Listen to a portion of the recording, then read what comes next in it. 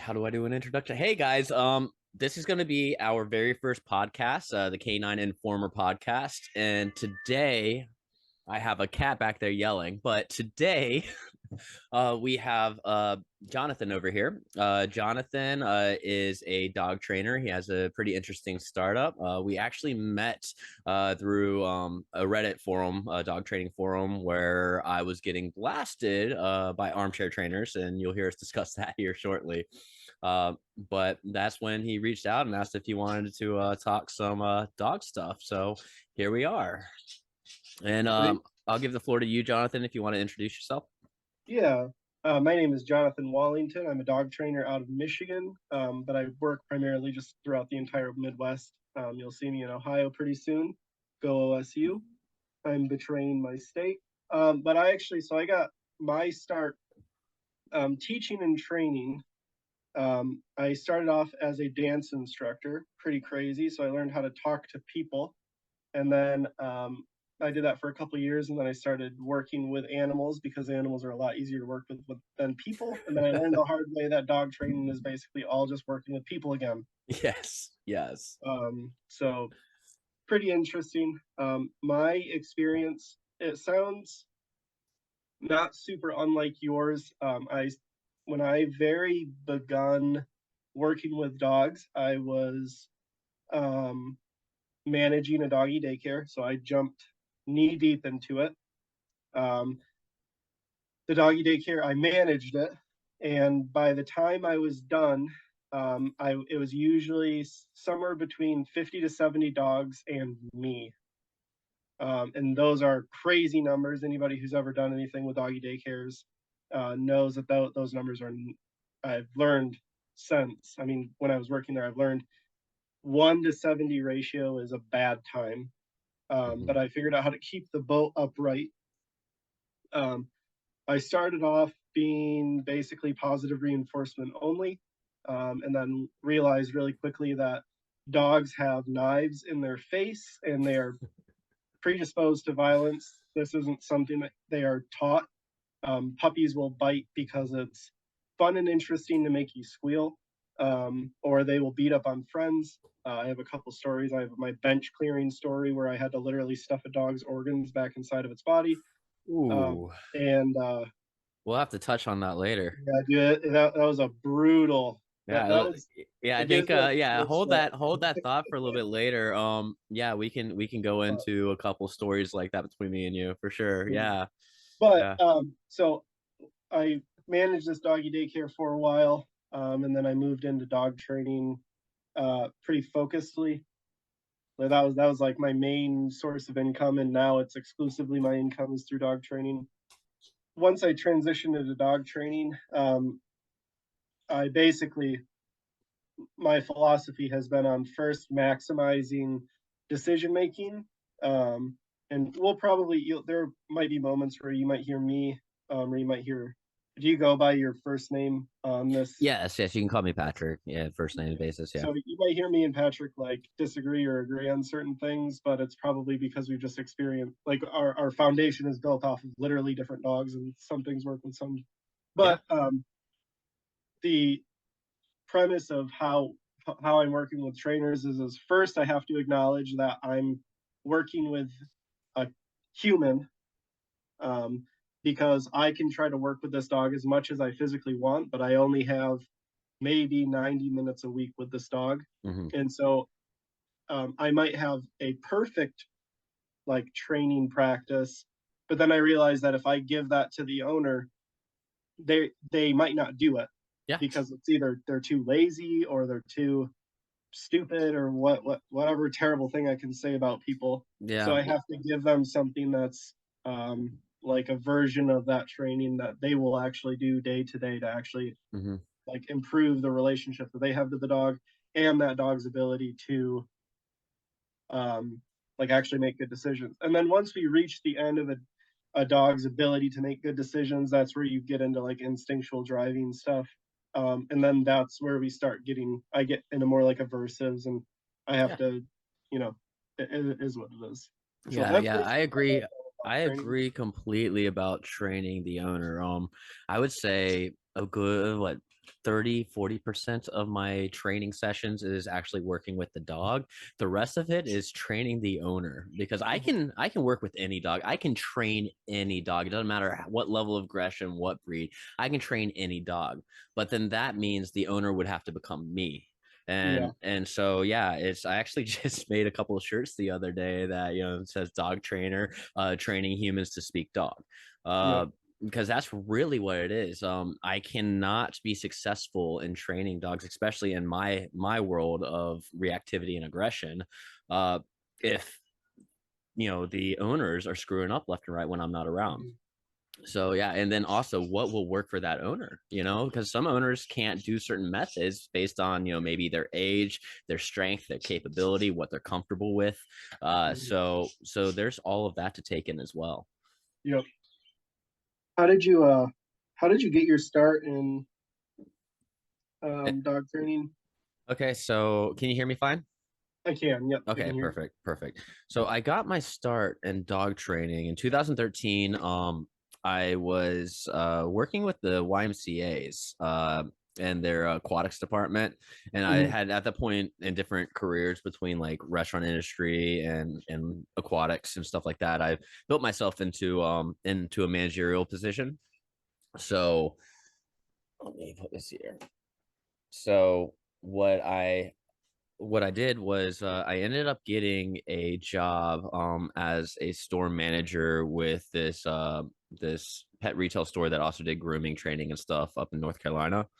And so I was running the store, but I realized that if I needed to ever cover anybody, I would have to, know how to do the job. So at that point, I'm like, I need to learn how to groom. I need to learn how to Mhm. train.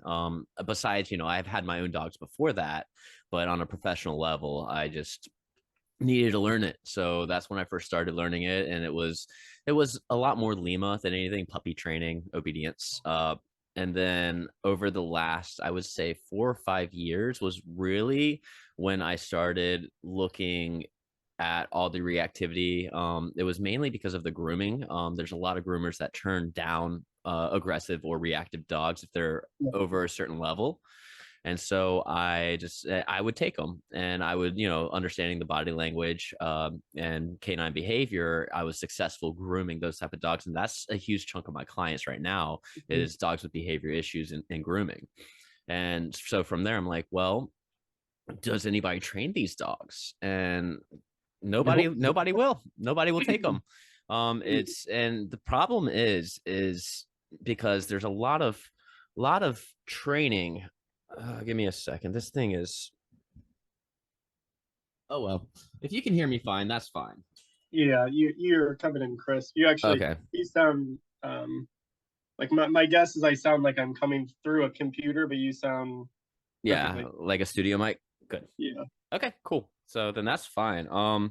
Yeah, so where was I? Okay, so yeah, nobody's doing training. Nobody's training reactive and aggressive dogs. And when they do, people go through trainer after trainer after trainer because they don't know how to, handle it with treats alone or with very, very, least intrusive or no aversive methods. And and if you look at like old school training, it was a lot more severe than what we have now with Yeah. aversives. Bear Uh, digging a hole, or what is it? The dog's digging in the backyard. You fill it with a hose, and then you yeah, shove the dog's head yeah, under yeah, it. yeah, which is insane. It's Mhm. insane. But if you just take the old school training with the punishments and downscale it like 90%, then you have the right level of punishment. Mhm. And what I realized is that there's like no certifications out there that do balance training. So actually I run a nonprofit, and I'm in the process of creating a certification program for balance training and focusing on Oh, that's behavioral awesome. issues, because it needs to be out there, right? Yeah. um Amen. so so yeah, we're working on that. It's a long process, but yeah, I mean, I've done so many different certification classes, in person and online, and they're It's all the half of Wild West right now. they're all jokes, for the most Yeah. part. Like they really help you out with if you want to learn to train puppies, but anything outside Yeah, of that's that, easy. That's easy. yeah, yeah. So yeah, I mean, that's kind of where I fell into it. was some years ago, just realizing nobody's doing it, and I was like, well, there's a whole lot of behavioral euthanasia, Hmm. because and the common consensus is because these dogs are lost cause, they're never going to be able to be trained out of it. And then I'm like, Right. but are you sure? And then you have people on YouTube and stuff like Upstate Canine Academy, Beckman, among others, Hmm. that are doing wonderful jobs with training these kind of animals, and they all have their own styles and methodologies and Hmm. ways they like to go about it, and there's a lot of love for them, but there's also a lot of hate. And I was like, Yeah. I understand why there's a lot of hate, because people don't understand this side of the training world. So Yeah. yeah, I Like, mean, just like on Reddit with me, I don't know how I became a controversy so quickly, but yeah, I love it, dude. That's funny. I'll watch your Reddit username will pop up, and then I'll just watch like 100 people start blasting you. It's like, what? This guy's getting crazy. Oh, and this is something I was doing. I'm consulting a doggy daycare right now. Mhm. And one of the things that I was talking to the owner and some of her staff members was, and before I go into anything too deep, um, are you trying to keep your page fairly family friendly, or do you care if I like swear at No, no, all? you can swear. You can swear. Okay. Yeah, it's already not family friendly when you look at my YouTube channel and realize that I'm getting attacked by dogs, or I have to do an alpha roll just Yeah. for the Right. safety of me and the dog. Man, I got it. Sorry to cut you off again. I have a video, a little short, a minute video on YouTube that I posted. It was from like 5 months ago, and I reposted it like 2 weeks ago, right? And it's already at like 200,000, 250,000 views. It's just going viral, and it's insane. Like, it's a pit bull that really is the one time that I got really messed up by a dog, because the owner did not follow instructions, and the dog eventually attacked me, broke multiple ribs, Yeah. lacerated me in different areas of my body. It wasn't fun. Holy shit. Yeah. He bit through the muzzle. And they had a nice muzzle. This thing just wanted to eat me, and it was probably the most severe aggression case I've ever worked. And it and on my channel, you'll hear me cuss on my channel sometimes. You'll hear me tell I'll straight up tell an owner, it's like, you're the problem, you're the issue. Get your fucking dog under control. Like, I'm fine with cussing. Go ahead and cuss. All right, so I was talking to this client that I'm doing a consult for. Hmm. I'm making it so that her doggy daycare can be successful. Because that's basically where I got my start. I will explain. I can expand on that more if that's Hmm. interesting. But and I told this lady, I was like, there are two groups of people. You have people who have really strict ideas on how to break up a dog fight, and people who have actually fucking broken up a dog fight. Yep. Yep. And it's they're like, whenever I see all these people complaining like, oh well, the dog that you're working with is way too peaked, and it's like, there's not a situation where this dog's not going to be batshit crazy like that. Hmm. That's like, the problem is that's where the dog is at 24/7. Hmm. And except for when it is basically locked inside of its house with the owner like an insane asylum. Hmm. um Yep. So I had some sympathy for you when I was reading that, because there's a lot of like armchair dog trainers, and so Yeah. when I'm working with clients, or when I'm working like doing consultations for businesses, it's there's a lot of people who just, they have these ideas, and it's like, where the fuck did you get that? That makes zero sense to me. Yeah. Yeah. So we have a little list here that John put together. And John or Jonathan, what do you prefer? You can call me John. Everybody else has to call me Jonathan. Okay, John. I Yeah, feel special now. yeah, So yeah, Jonathan put a list together on some good topics to discuss today, and we'll kind of go down the list and see where that takes us. If we steer off of it a little bit, that's completely fine. So POV of a dog trainer, how are we interpreting the clients and the dog from first impressions? So yeah, I mean, since you wrote the list, I'll let you take this one first. yeah. So I guess I'll ask you a couple questions about it Yep. first, because it's like, but little. short little backstory. I don't want to go too far into it, but both me and my brother do dog training. I started first, he picked it up after me. Mm-hmm. And so me and him will just talk about the clients that we have. And sometimes it's like dog training is, I don't know if there is a more intimate job that you could have outside of being a marital counselor, because you are, first of all, you're going into the person's home and you are the person that is literally evaluating how they deal with conflict. Not even just that. You're also, let's say the dog is, like you said, conflict. So we are talking about Mm-hmm. behavioral issues. You're coming into their home, evaluating them, like you said, on how they deal with conflict. Mm-hmm. But at the same time, it's during their most vulnerable period when they can't Right. handle a dog and they don't know what else to do. And they feel like they have failed. They're extremely vulnerable at the same time.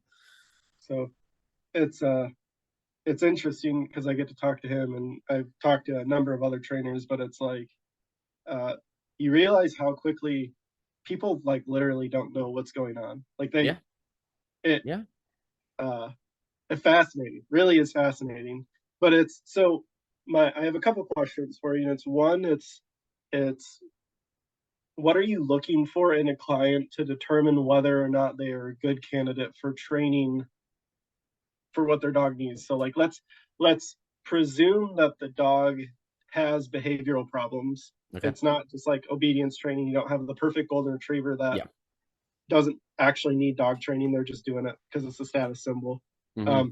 If this is a behaviorally problematic dog, what are you doing to evaluate the person? And then second, what are behaviors that you see in the person that is an immediate like this is probably not going to work, so I'm going to continue scheduling lessons with you because I'm an evil greedy capitalist.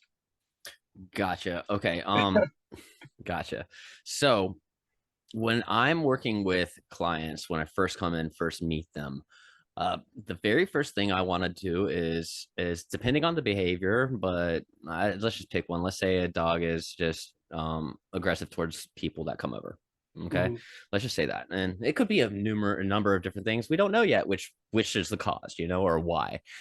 So the very first thing I like to do is I want to see how the dog reacts, just as per usual. I just want to see just the raw. This is the dog, how it acts with no handling, no nothing. I just want to see what's going on. Look at the body language, just kind of get a grasp for things, and also really pay attention to the environment around the dog. Mm-hmm. Next, if the dog is being super aggressive, I'll tell the owner to go ahead and handle their dog, get their dog under control as best they can, or put it in another room so we can discuss some things. And during that time, that is actually perfect for me to actually see how the owner tries to handle the dog. Mm-hmm. So the owner doesn't realize that I'm actually judging their capabilities of handling this dog. Mm-hmm. And a lot of times it's going to be super sloppy. You're going to see them getting more and more stressed. You can see them getting frustrated. You can see them just like any type of punishment they're using is going to confuse the dog or just go way over the dog's head because it's not timed appropriately, or it's not the right type of punishment for that behavior. So Yep. there's a lot of things, right? And then once that is in my head and I've seen both of those, then I can have a good conversation with the client. Usually I've already done a phone consultation with them to kind of get a general understanding of what they think the issue is, and what when the dog does certain behaviors and to whom and to when. uh, Mm-hmm. so I kind of have a general idea, but most of the times the idea is wrong because owners don't really understand behavior and Yeah. nuances, and so they make assumptions, and then they also miss a lot of little key things that are super important with this behavior. um, so that will let me do a pretty solid assessment, and and at that point, I usually can hone it down to like maybe two or three different causations for this behavior. Yeah. But I still won't know 100% yet, and I also won't know what's going to work for the dog. Is the dog going to even accept treats? Most of the time not. It's high stressed, it's already over Yeah. threshold, it doesn't care. uh, that's always the first thing I try is like, will you actually take treats from me? Like, Yeah. because that would make the world so much easier if they did. I would love that. But but so I start trying to see what I can do to address the behavior. And during this entire time, I'm communicating with the owner. I'm trying to communicate with the dog. It's all about motivators. Like, what is the dog motivated to be doing currently? And what can I do to motivate it to not? Right. Yeah. And, uh, and so, I mean, that's generally the way I'll go about it. But I also like to time things, right? I'll pull out a stopwatch, and I'll time stuff. So, okay, if I'm at this distance away, how many seconds until the dog reacts, right? Now, it was a 3 seconds. Let's try to make it 5 seconds. Let's make it 10, and let's see what we can do. Like, that's a really good idea of getting the dog to be able to stay under threshold longer. Uh, and it gives me a little bit of data to work off of to see Hmm. progress. Now, the second part of your question was, when do I decide to lost cause, basically, Um, for lack of better words? no, more like what is you walk into a situation, Mm-hmm. what do you what is a red flag of the owner Yep. that it's like uh this is where I either won't be able to get any progress done because of the owner How they or talk about the dog, okay. right? And So that's the biggest give me red an flag. example. Like An what's like ex two or three examples? Okay, an example would be this dog, let's say, has all these behavioral issues, is aggressive, and the owner is just, the dog's a psycho. The dog's Mhm. a psycho. He's just a psycho. And, something like that. That, and I actually have a video of somebody doing that, and it's just, when I hear owners talk about the dogs like that, I already know that they know nothing Mhm. about canine husbandry, right? They know Mhm. nothing about training behavior or anything like that. And so when you have a dog that it has this many issues, and you have somebody that has no earthly idea what they're doing at all on the most basic level, it is going to be extremely hard for me to train them enough and give them enough knowledge and education in one session, 2 or 3 sessions, for them to be successful when I'm not there. Because if I'm there for an hour and it's once a week, how many hours in between that time when I'm there in the next that they have to screw things up? Right, yeah, yeah, yeah. That's Uh, it's this is my favorite is whenever I hear the phrase there was no indicator there was like there's no reason the dog just did it for out of for no reason, nowhere yeah, and out that of the nowhere. dog is actually doing this. It's like it does one of these, it goes, and the people just don't pick it up Yeah, whatsoever. yeah, And yeah. it's, you just gave Or side eye. What are you talking about, you another crazy good person? one, is all these purse dogs, right? These pocket dogs, tiny Mhm. miniature dogs, right? And they don't know why my dog out of nowhere just like snaps at me and bites my husband and daughter and stuff, and there's no reason, right? And what you see is, you see them like just manhandling their dog, run over there, picking the dog up. The dog's ears are down, tail tuck, lick lips, and yawns and stuff. Just basically giving every single indication that it is stressed and it does not want to be handled like that. Yet they do, and then they're like, "I don't know why it just does that." It's like the dog doesn't want you to just be picking it up like that. That's why. That's yeah. Yeah, I got yeah, a few, and I got a few not popular opinions about those people, but they're yeah, fun. I yeah. like it. Their money's good. Yeah, yeah, the money's good. Do you ever have you or do you still ever continue taking on clients that you already know that you'll never be able to train the dog based on that client? Yep, yeah, I will. So, this is something that I've seen a lot of people don't. I mean, a lot of people don't like about it, but I have clients who. Uh, Let me give you an example. So I had a client who I knew I was never going to be able to help her and her dog. Mm-hmm. This, there, we had like you were talking about doing the stopwatch stuff. Yep. I probably got 50% success with her dog from the Mm-hmm. beginning to the last time I went there. Yep. And I would show up to her house and she would be usually high on some type of prescribed Oh opiates. wow, yeah. Um, and what I realized, and I talked to her pretty straightforward about it, I realized that she was continuing to hire me on because she just needed someone to come to her house. Yep. Yep. Um, and like, I'm not someone who's going to decide whether or not it's Yep. right for you to spend your money. I'm always really quick to level set. Like, look, I don't know how much we're going to be able to help your dog because it's um,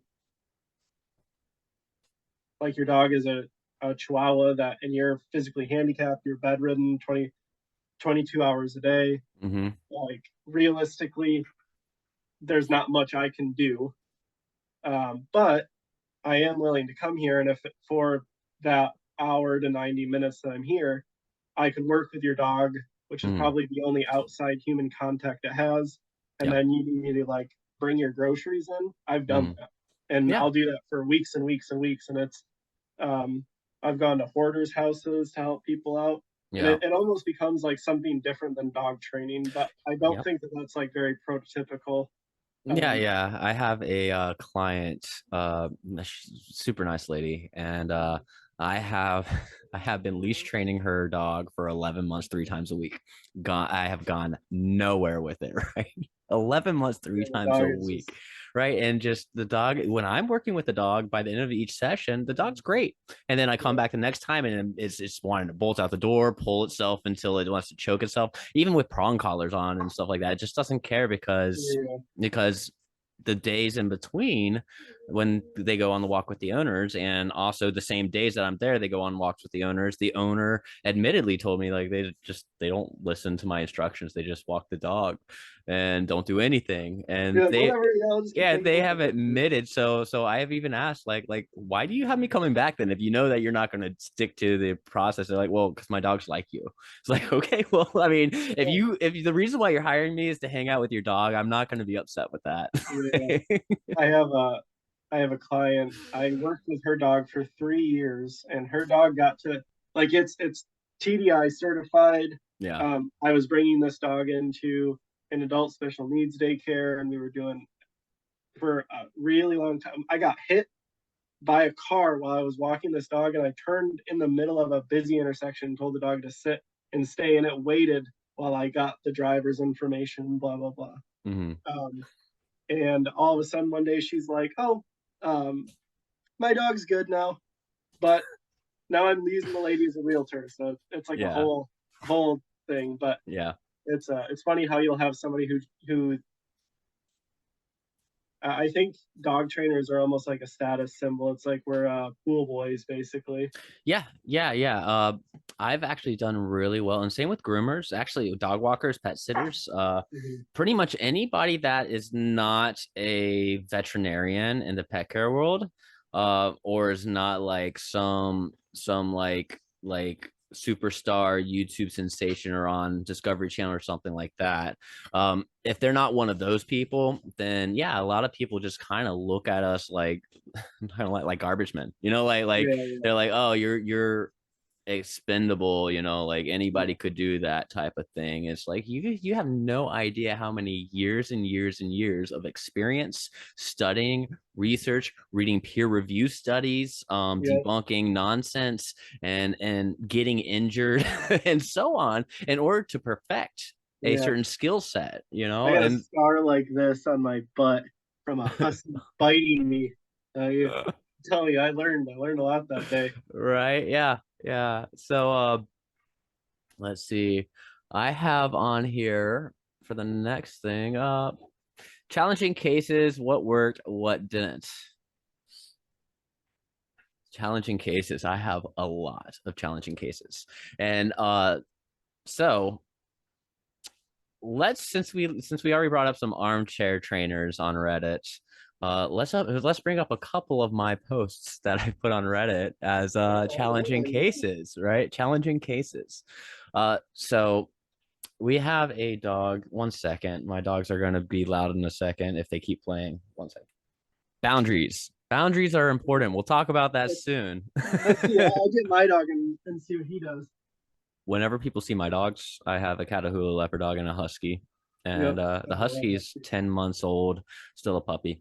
And the Yeah. Catahoula leopard dog's almost 3.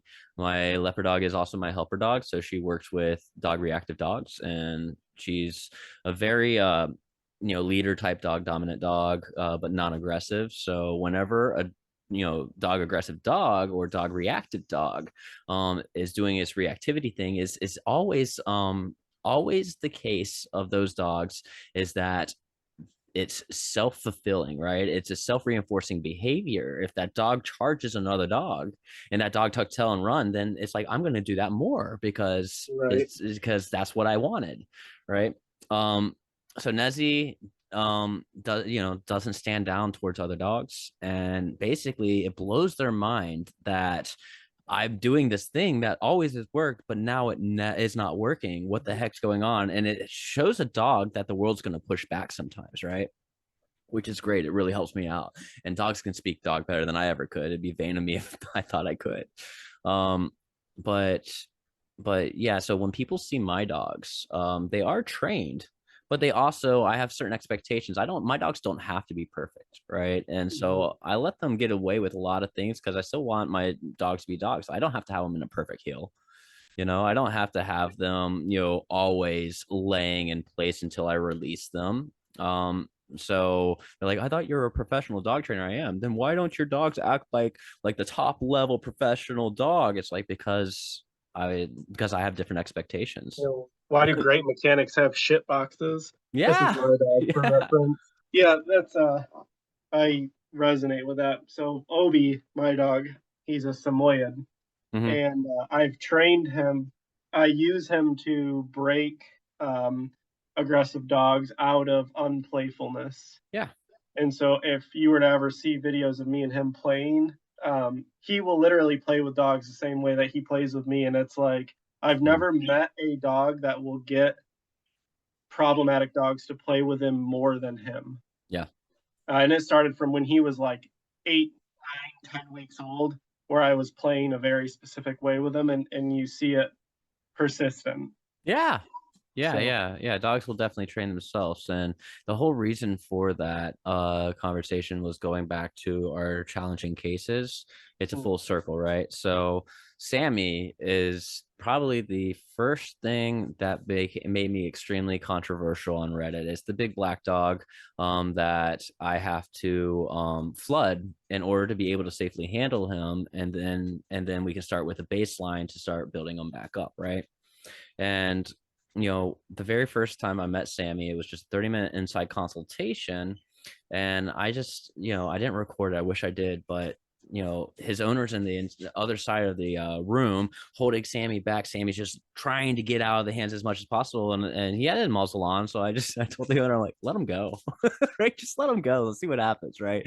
I know my own capabilities, so I was fine with it. And he immediately bum rushed me and I was sitting on the couch, and he tried to just straight up muzzle punch me in the face. Like, is what he tried. But I had already assumed something like that was going to happen, so I had already had his collar and had him restrained before he could yeah, do that.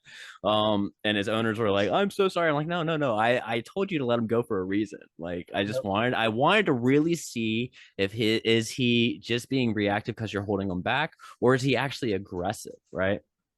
And so at that point, it's like, oh, he's being aggressive. He's not afraid of me, right? And then the video that I posted, just a short minute long video, uh, it has the same kind of thing. Owners holding Sammy, um, and and he's trying to lunge at me, lash at me. I get a hold of the slip lead, and all of a sudden, Sammy is fighting to get away from me, right?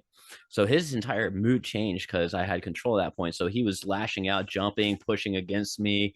And the entire time I'm just holding the lead. I'm not doing anything at all but holding the lead. And eventually he shuts himself down. I get him in a sit, and then I start working with the owner on how to handle him accordingly, right? And you can tell that he's not happy, but he was a lot more relaxed than when we first started, and it was good baseline to start with.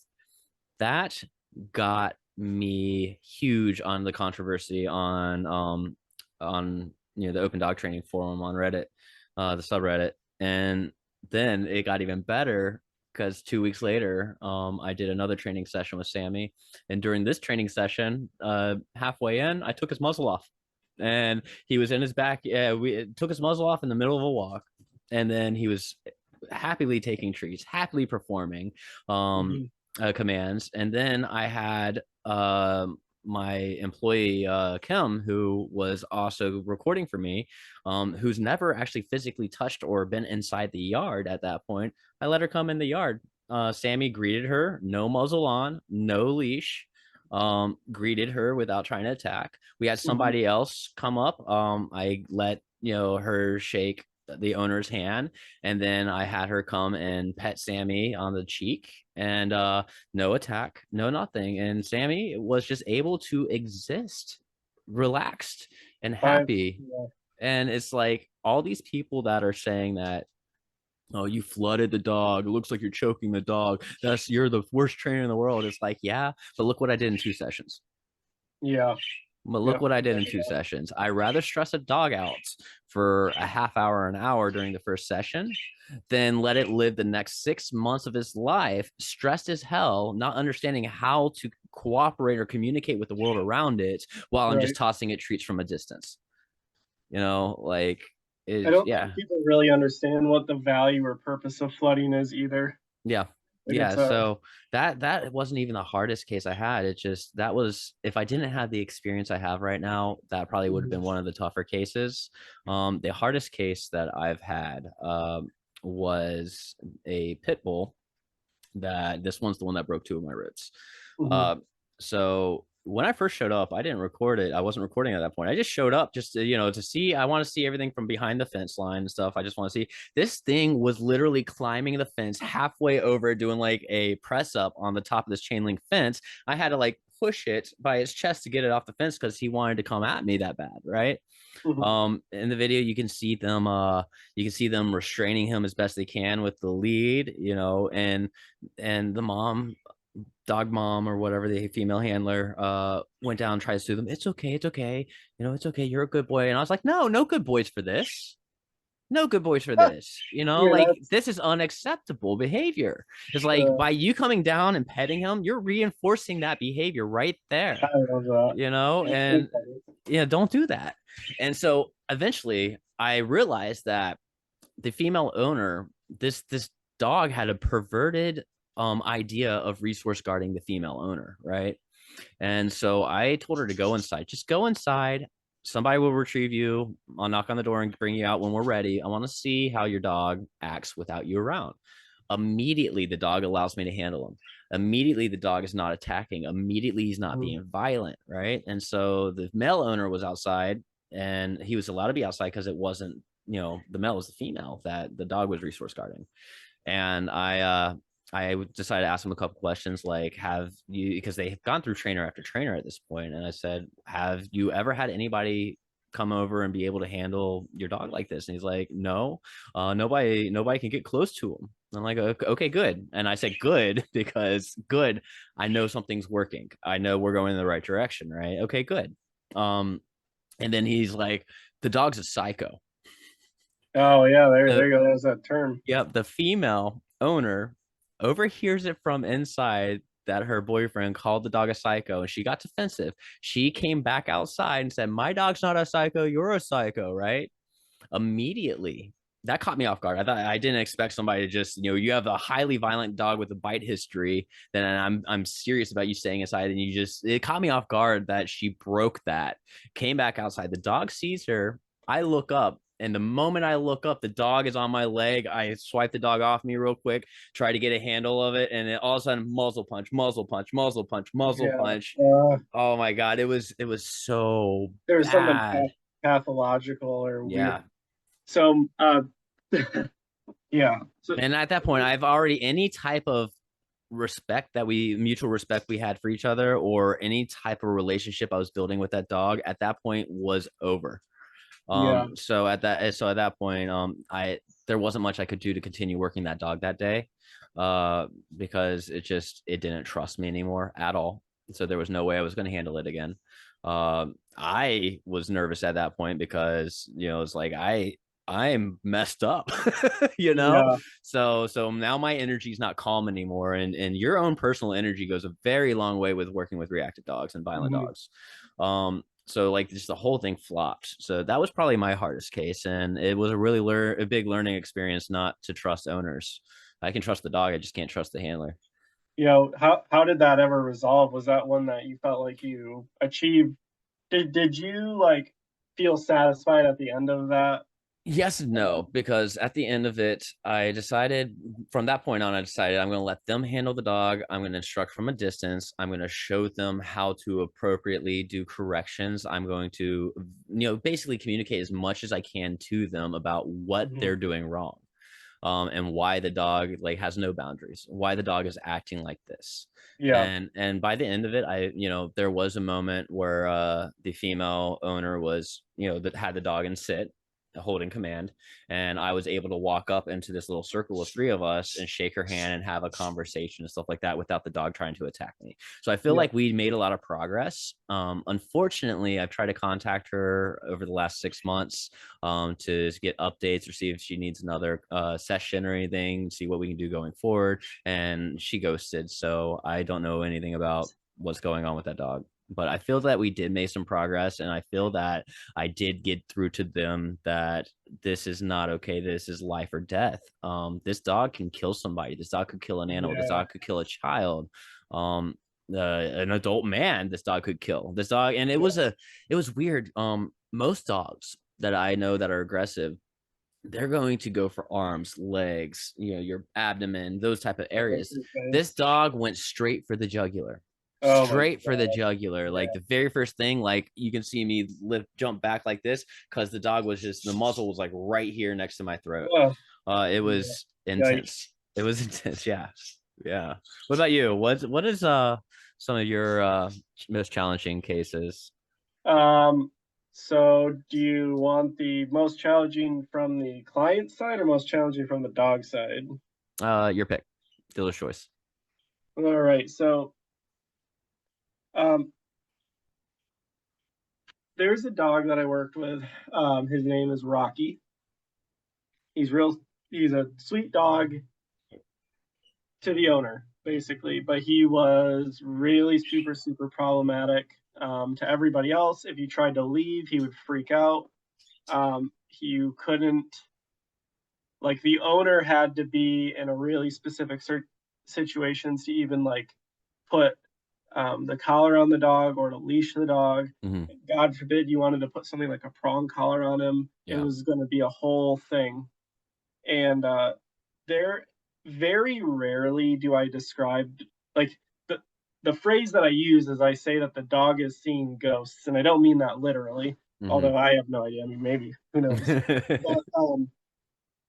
But what was happening is this dog would all of a sudden, maybe it got like a weird scent, maybe it heard something, and it was like it would turn into something totally different. It wasn't a Springer, but it would act like, you know how Springers will get Springer rage, Yeah. where it was like it was something like that, but it was more like, um oh, what are they called? They are terriers. They're the small ones. They have shorter Hmm. hair. Whatever. Fox Um, Terriers.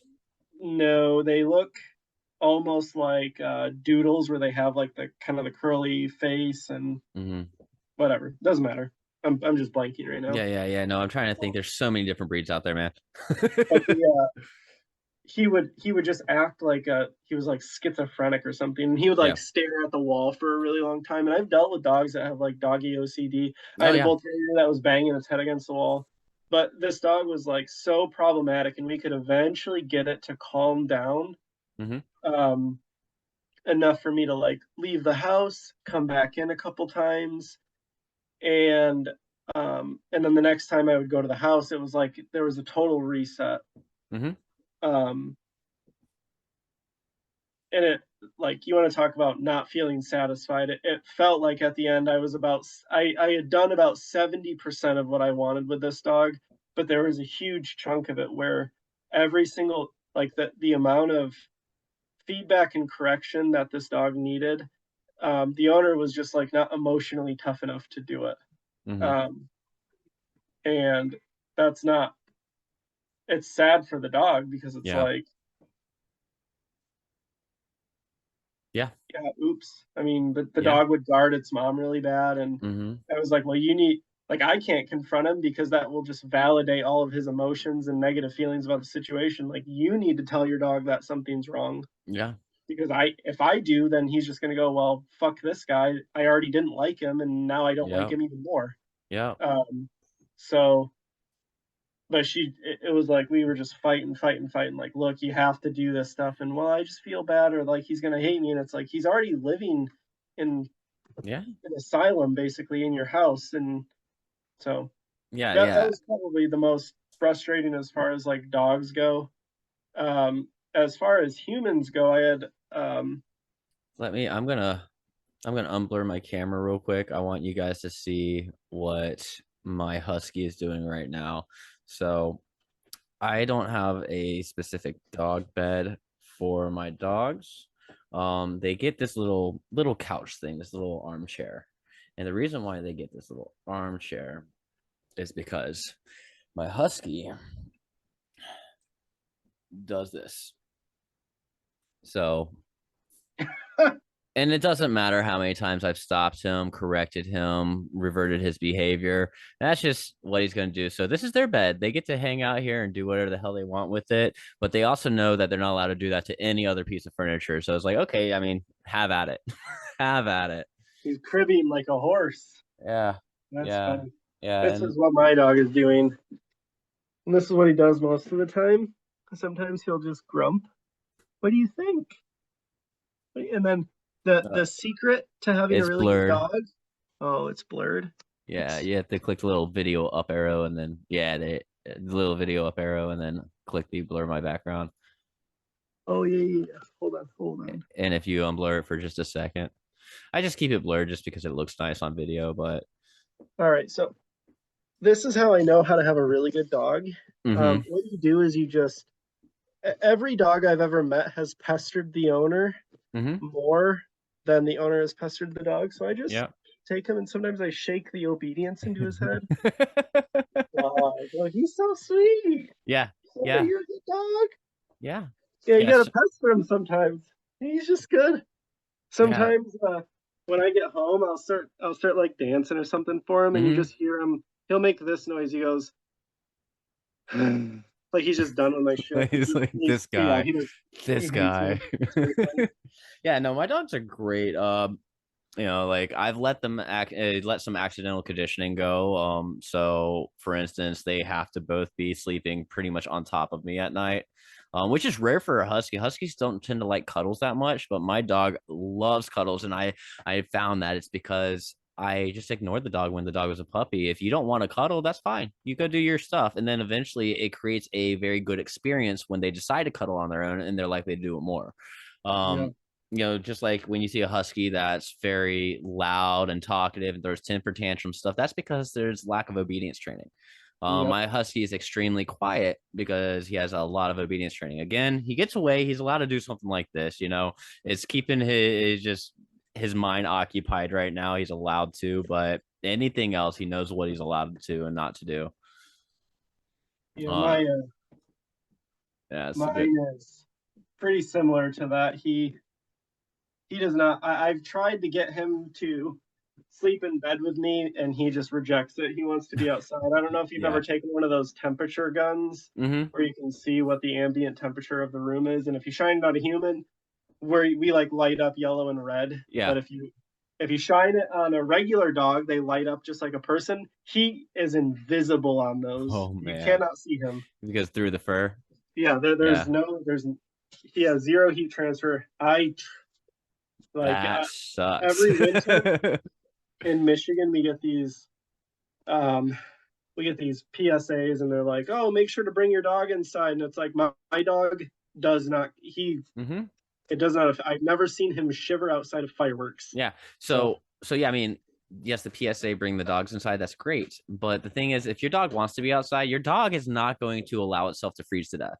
That's just right. not instinctual to it. Just like a lot of people is like, my dog's a picky eater. Like, so just keep feeding it. Eventually, the dog will eat because the dog is not going to instinctually starve itself to death. Right. It will eat the food eventually. Obviously we can be nice and change the food up and stuff to something they like. Sure, why not? But if that's not within your budget or something, then just Yeah. deal with it. Yeah, Sucks. yeah. Just give him a day or two. Yeah, Yeah. figure it out. Yeah, absolutely. Um, yeah, so when you were talking about the dog, that crazy dog that the owner didn't want to do certain types of Mhm. punishments and stuff too. Have you? How long ago was that for you? I would say that was earlier this year. Yeah, yeah. So it's yeah, go ahead. No, the question I had was, what have you found success from, like how you iterate the importance that they do these aversive methods? Um yeah, so I usually don't go into bringing up aversives or corrections until it's like lesson 3 or 4, and Mm-hmm. it's because I want to make sure that I lay a foundation Yep. of like I have rapport with these people and I can build rapport pretty quickly, but Mm-hmm. what I like it feels like there's a lot of people who are they hear the idea of an aversive or a correction and they immediately become really frigid or they freeze up at the idea of having to give negative feedback to their dog. Yeah. Yeah. Yeah. And Building rapport is really, really important for sure. I think it also helps like by that third lesson, usually most people see that their dog is basic. If I grab onto the leash, the dog is more or less controlled by me. Mm-hmm. Compared to them, the dog is going crazy. And it's like, well, okay, so we're going to start talking about like the black magic of dog training. It's we Mm-hmm. got to talk about the hard stuff, the Yep. ugly stuff, the things that like or a disciplined dog has been well disciplined, unfortunately. Mm-hmm. And it's people get this idea that you can just give a dog a treat and it'll forego everything in its life. And it's like, no, I've worked with dogs that enjoy hurting other animals. Yeah. It just is strictly fun. I literally, I mean, before we got on here, I was talking about going to the gym. I pay $100 a month to go to a jujitsu gym to go beat other guys up. Mm-hmm. That's a that's probably pathological, honestly. And Probably. like Probably. Yeah. there are dogs that are do the exact same thing, and Yeah, it's some dogs are just bullies, man. Some yeah, dogs they like it. are. It's Yeah, fun. they like it. It's Violence fun. is fun. Absolutely. Absolutely. Yeah, and I don't So disagree.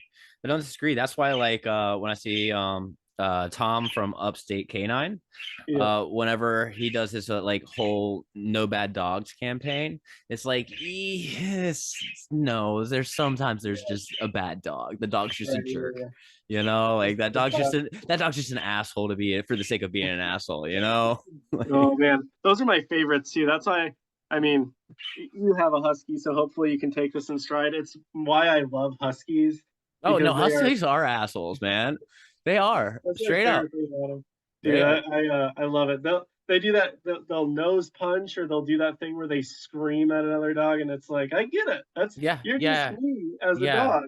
yeah. Like It's it's funny hilarious. because like although my Catahoula is heavier, bigger than my husky, and my Catahoula is trained to work with you know stubborn or aggressive type dogs, reactive dogs. Whenever they're roughhousing outside and stuff, and my dog has enough, my dog does try to correct my husky, and my husky's like, what are you gonna do about it? I'm gonna just like nose punch you real quick just to annoy you. Like Yeah, it's so stupid. Yeah, yeah, and I have to do a breakup, leave it command or break it up, and yeah. So you were saying, like you have to build rapport first with the clients before yeah. you feel comfortable bringing up the adversives. I do it a little bit faster than that because especially with a lot of my clients lately, their dogs don't have a lot of time before they bite the wrong person, Yep. right? And so I have to be very, very blunt with them and very upfront. But most of the clients that do hire me for it has either found out about me through somebody that they trust and know, so they trust Mhm, me, or they've found me on one of the social media platforms and then saw my videos like that's the guy I need, something mhm. like that. So I've already in turn built rapport with them without ever meeting them, so that helps. But yeah, I mean, sometimes it's just necessary to me to be like look, we have we have to do something about this. This is not okay. Whatever you're doing, you're gonna have to get over it. Yep. Like you're just gonna have to suck it up, and if you don't like it, then your dog's going to be put to sleep from behavioral euthanasia.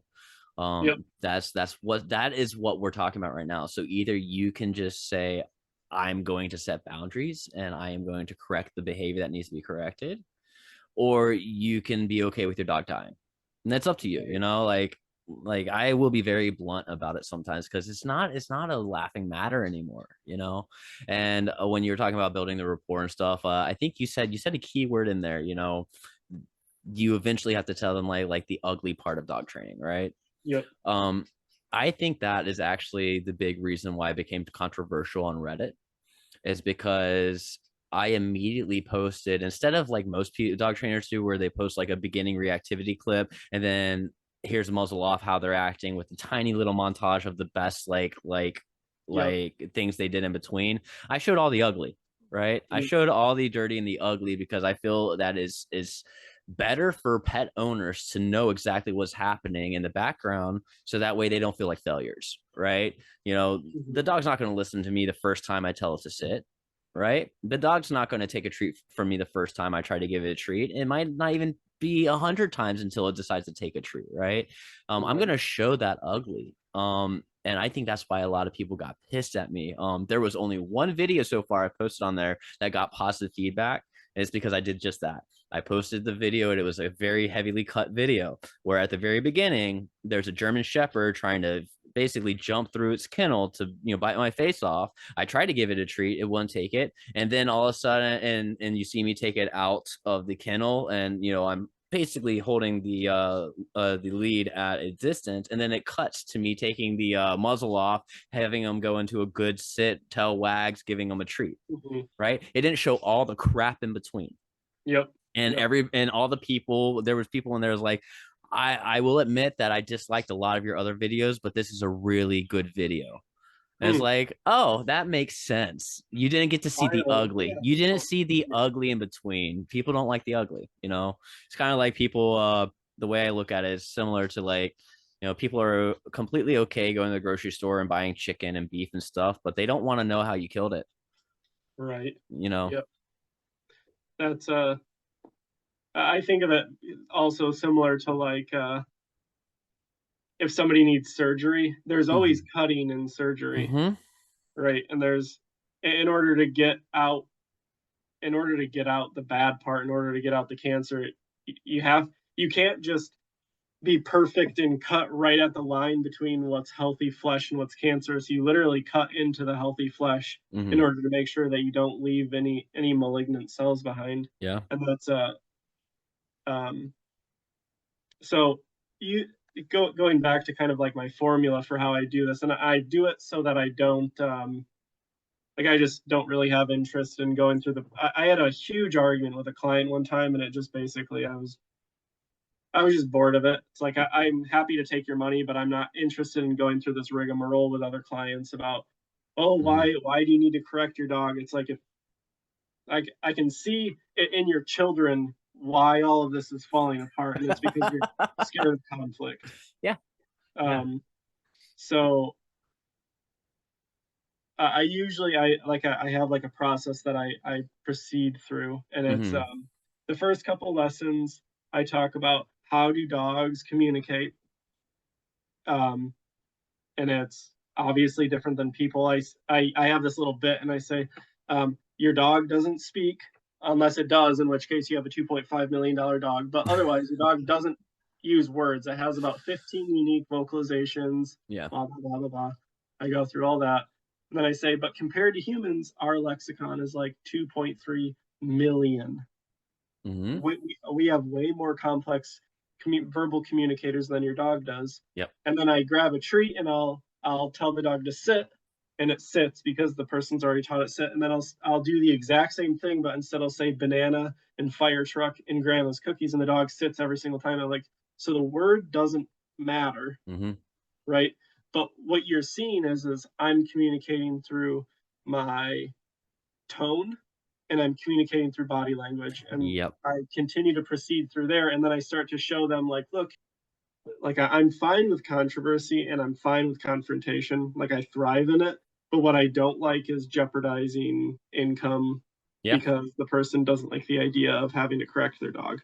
Yeah. um, so I have to ease them into it, and it's we go through that process of like, this is how your dog talks, um, this is how humans talk. There's obviously a big difference there. Dogs Yep. communicate through body language. And then I show them like, look, your dog is communicating to you through body language, but then you are limited to just screaming at your dog. Mm-hmm. And then I share a story about, and I'll share this story here. I had a client whose dog, he had a golden doodle that was probably 40, 45 pounds. And this dog would poop inside. And the guy would kick his dog, smoke it. He nailed it, like absolutely rib Mm-hmm. crusher. And I say this to the client. I say, for better or worse, I can understand why the guy thought that that would work, right? Mm-hmm. If I was a dog and I pooped inside and you kicked me, I wouldn't do it again, Mm-hmm. right? That's why every single person who kicks their dog does it, is Yeah. because they go, well, if it were me, it would work.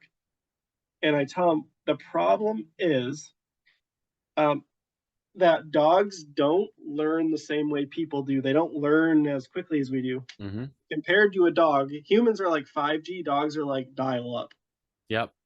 And what this dog actually learned, it seemed, was not that I'm not allowed to poop inside. It seemed more like the dog learned, I'm not allowed to poop in front of my dad. Yep. Interesting. So now the guy would bring his dog out on a leash outside to go to the bathroom, and what would it not do? Well, it wouldn't go to Yep. the bathroom. Yeah, you Yep. kicked me last time. Of course, I'm not going to go to the bathroom. Yep. And the guy would let the dog inside, and it would run downstairs behind the furnace or the radiator, and then it Mm-hmm. would poop back there. And it's okay. Well, yeah, obviously you can go too far with a correction, Mm-hmm.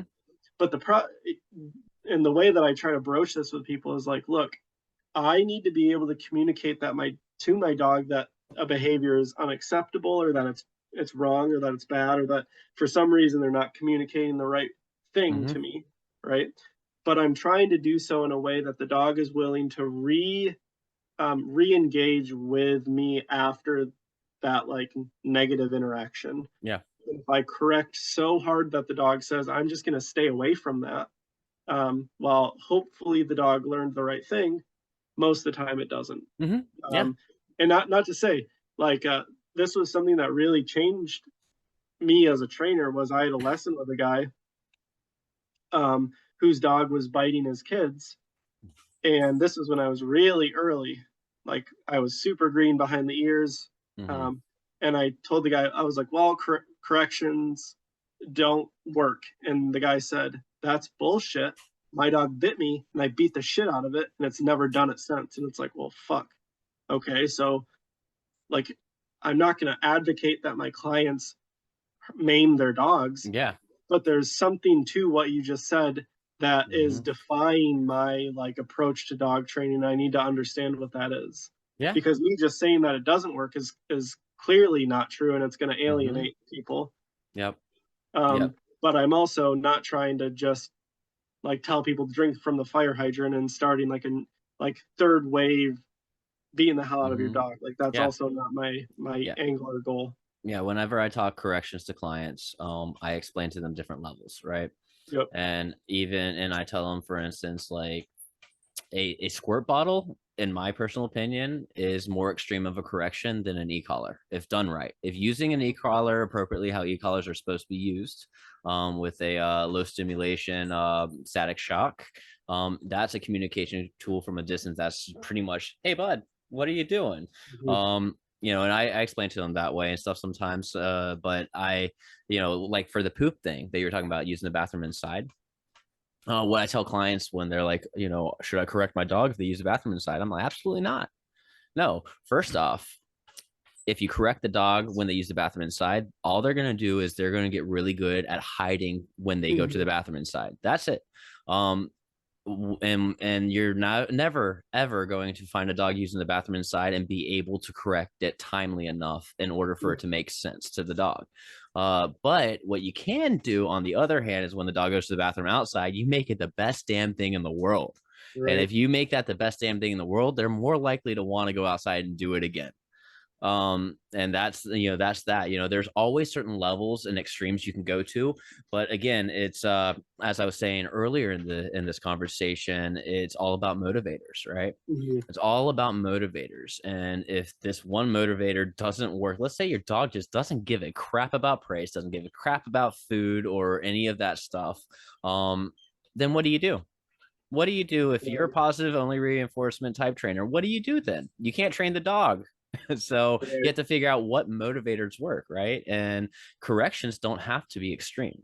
A lot of dogs are very sensitive dogs when it comes to emotional sensitivity, and a just a minute correction, here and there consistently for the same behavior is all that's needed. While some dogs need a little more of an extreme correction, and when I say extreme correction, I'm not talking about beating the crap out of a dog. right, Like, you'll see it sometimes if you ever watch my content. You'll see where, if I have to do a leash correction because the pulling just doesn't stop and there's no rhythm to the madness and they don't care about the treats, I'll first do this minor pop.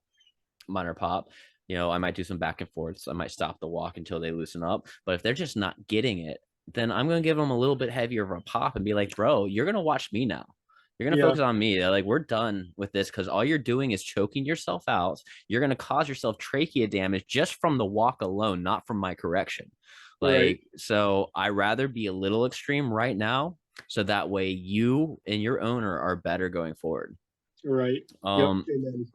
yeah, so it's all about getting the right level. Train Yep, the dog in front of you. I tell people that all the time. Train the dog in front of you. Not all dogs are the same. yeah. A lot of methods work on all dogs, but it's all about the level of that method that you got to use. Let's see.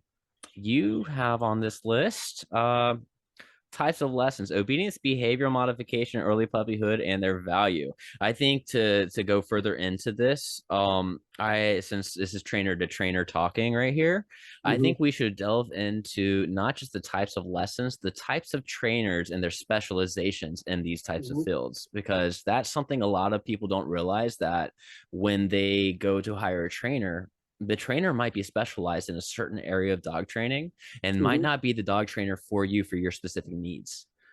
So, yeah, types of lessons. So, obedience. All right. So, I'll go first on this one. Anybody that has been a dog trainer, whether you're certified or not, can teach obedience. Hmm. Obedience is the most basic form of dog training, and it's primarily going to be positive only reinforcement. Is pretty much all that's needed for basic obedience training. There's going to be very little correction work, because treats do go a lot further when it comes to dogs learning faster. Hmm. When it comes to obedience, and this is more puppy training, or a dog, even an adult dog that doesn't have a lot of issues, it works really well with. But any trainer can be an obedience trainer, and any trainer that specializes in anything else also does obedience training. So that's my take on that. If you had anything to add in, you can. On obedience, yeah, I think under like there's a big difference between like your PetSmart obedience training and Mm-hmm. then like everything else because PetSmart is your there's a big difference between me having a treat in my hand and telling my dog sit and me telling my dog sit and they sit because they are obedient to me. Mm-hmm.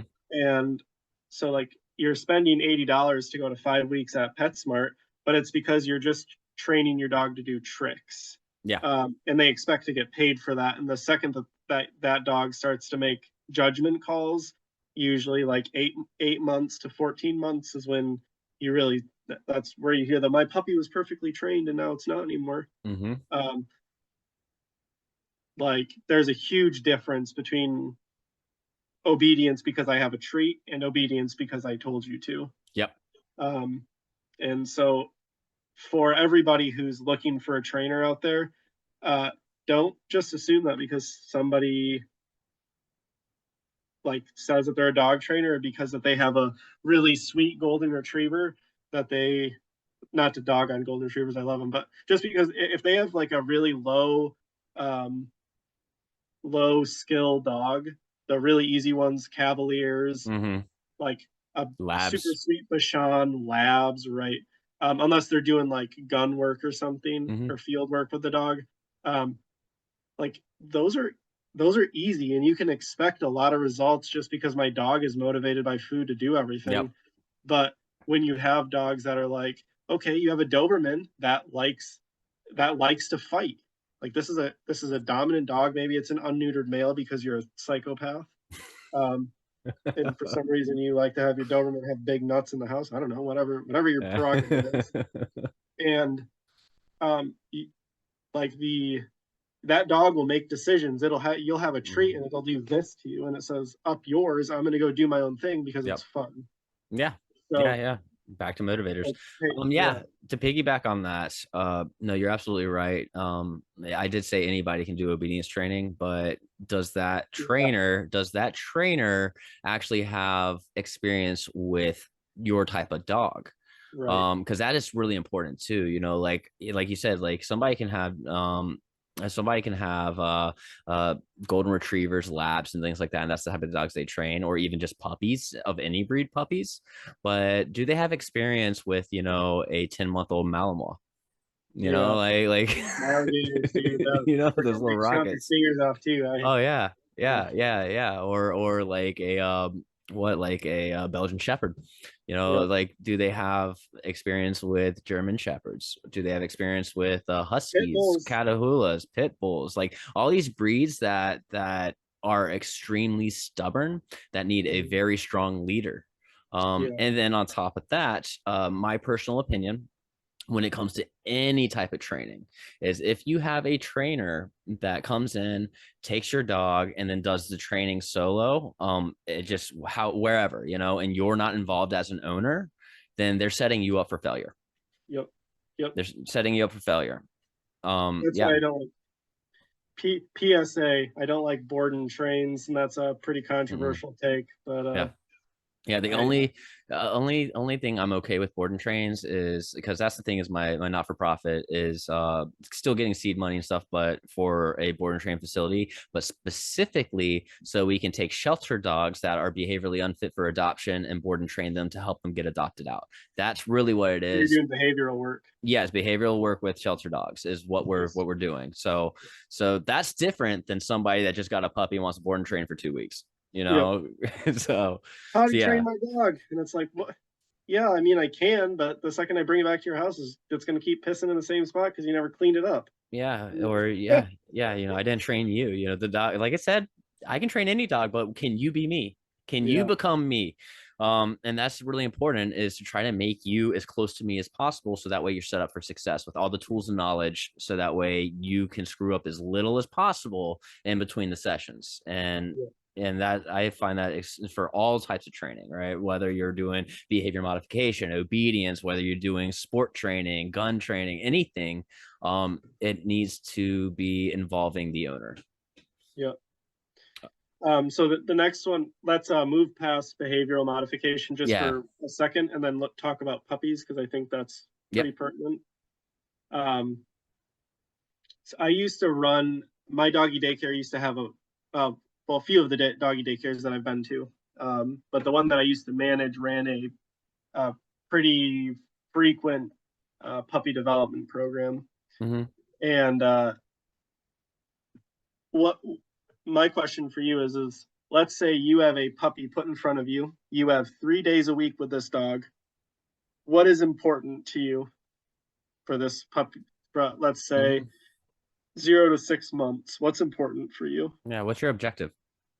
Yeah, I'm That. asking you. Oh, for me. Yeah, Okay. yeah. Okay. What do you want in this puppy?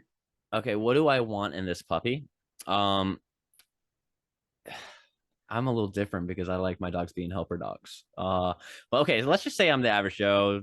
Yeah, just I'm getting a companion animal. Let's just say that I'm not getting a work dog. I'm getting a companion animal, Mhm. because that's going to be the primary people that are getting dogs. Uh, from 0 to 6 months, within the first couple weeks, potty train. Mhm. That's pretty simple. Dogs can do that, before, within 8 weeks, they can easily be potty trained within 8 weeks of age. Um, so that's going to be the first thing. The next thing that I'm going to be doing with them is socialization. I think Mhm. socialization is super important, whether it be dog on dog, dog on human, as well as other animals. I want the cats, squirrels, rabbits, anything that I can have the dog get used to their environment around them. And the next thing is dealing and coping with stressors, Mhm. right? Because that's the one thing I think most people do poorly is having their dog learn how to navigate the world around them, and so a lot of people do a whole like avoidance game. Oh, we're going to an area that's freaked my dog out before because it's really loud or there's a lot of traffic or there's people doing construction or something. Let's just avoid this place altogether. With me, it's like, no, Yeah. let's go there more often.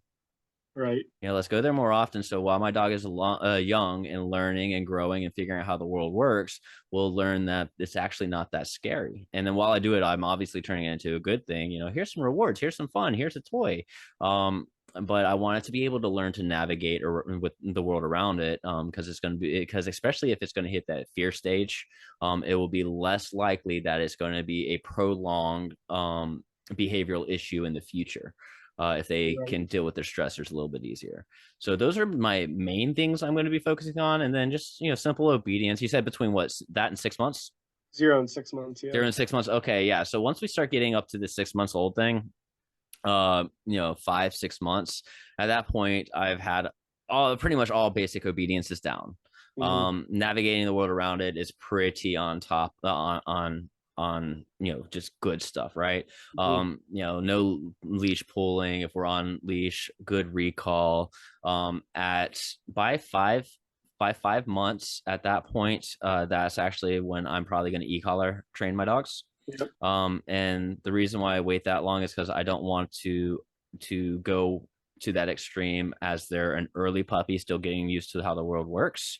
I want them to gain that trust with me, build that relationship, have that bond with me. And once we have this like understanding with each other of like we're part of our social family, right? And we trust each other, we respect each other, we know the boundaries, and that I'm not going to do anything that's going to allow you to get hurt. I'm the leader here. At that point, then I can start e-collar training. Mhm. So that way they trust that I'm putting this around your neck, and you trust that even though it vibrates, it beeps, it does a shock, um, you're not in any danger at all, Right. right? Yep. And That's it's yeah. So I usually wait until about 5 months to e-collar train, and then pretty quickly after that, they have perfect recall. Pretty quickly after that, all the little behavioral issues. At that point, I can work on all those little tiny minute things that we have to overlook because there's so many little tiny things. I look at the macro first, and then I start working towards the micro. Yeah.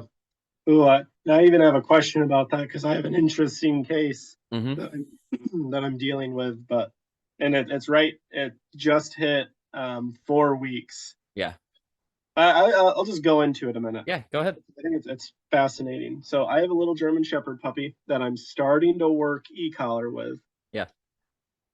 Um, this puppy, so I have that e-collar on. Mm-hmm. I set it up. I even got the new prongs because I wasn't sure if they were making a connection, and I know it is now. Yeah. I shaved part of my puppy's neck hair so that way it can make connection. Yeah. This dog, so I know I'll go through the process. You do the static, you give them a treat so that they're pairing it, blah blah blah. You go Mm-hmm. through the whole thing. This dog will not respond to the static, and I'm dead serious. You can see its entire neck muscle tense. Yep. This is in the house. Yep. I mean, like, it's on stage 99. Oh my God, Dog really? does not, literally, you can Mhm. see it. The dog will go, and it's like if I was stabbing you in the leg, that you didn't know that your leg was getting stabbed. Yep. I, Yep. I yeah, I'm at a loss for that. This Yeah. dog So, will weird. so, Never experienced that before. so I don't know if you saw it on. It's another one of the videos that got a lot of hate on Reddit. It's the one with the little black dog. That's Maybe. It's a little black dog that's reactive towards all other animals, but not aggressive reactive. It just whines and barks and yelps and pulls because it wants to go say hello and play. It just wants to play. It's not violent at all. Anyway, we started with the regular tools, which was a harness, is what she was walking with. And I immediately was from the beginning, it was like, I hate harnesses. They're pulling devices. Yeah, And so they're we good for talked some about that. dogs. Yeah, yeah, some dogs are fine with it, but throw it away. So I mean, like Uh, if you want to teach them to brush, or if you want to teach yeah, them to do the Iditarod. yeah, right. Yeah, Um, so we switched from that to the next session. We decided to use collar followed by a martingale. It's still a little progress, but not where we wanted. And then she just jumped the gun and bought a mini educator. And then she called me to come over and teach her how to set it, how to use it, and do a full session with the mini educator. I'm like, cool. We'll skip prong. We'll just go straight to that. Okay, I'm cool with that. And so this thing, man, like I even felt it on myself. I'm like, man, at a 9, I'm at this point. It's like, yeah, that feels kind of rough. I know it can go a lot higher than that, but man, and this dog, I have to have it at a 20, right? On this mini educator. I have to have it at a 20 and on the light setting on the 20, because mini educator has two. You can do a light zap and then you can do a heavier zap, which will go above that by a little bit. Um, yeah, you can see when you click it, you can see the dog's whole neck, like it does that like twitch thing, yep, like where the muscles convulse a little bit from the shock, yeah. and it just doesn't care at all. So yeah, I mean, and you said yours was like at the top 99. Yeah, I literally I felt sick moving it up because I was like, I've it was sitting on the couch and I Mm-hmm. was hoping, like my goal was I would buzz it when it's not looking at me, and Yeah. then it would turn and look at me so I could give it a treat. So it's like, hey, like re-engage with me when I use Mm-hmm. this. Yeah. And it just sat there. I literally I moved it up. I was like 30, okay. Literally no response. It just stayed there. And I made sure it was I watched its neck muscles Mm-hmm. tense. Yeah. 30, 40, 50. I was like, Mm-hmm. holy shit. Mm-hmm. 60, 70. I got it literally all the way up to 99. And this dog, it was just casually laying there. And I've never experienced that before. So some just like humans, like I don't like to anthropomorphize, but I'm talking about mammals in general. Humans, great apes, dogs, cats, like every mammal out there and every animal in existence can have certain thresholds of pain tolerance.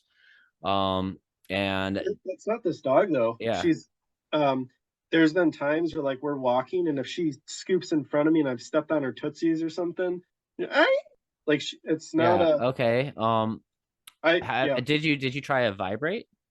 Hmm. Yeah, And dog does not nothing. respond to it, doesn't respond The to the sound. tone. Okay. I I have never had that happen to me, so I don't know.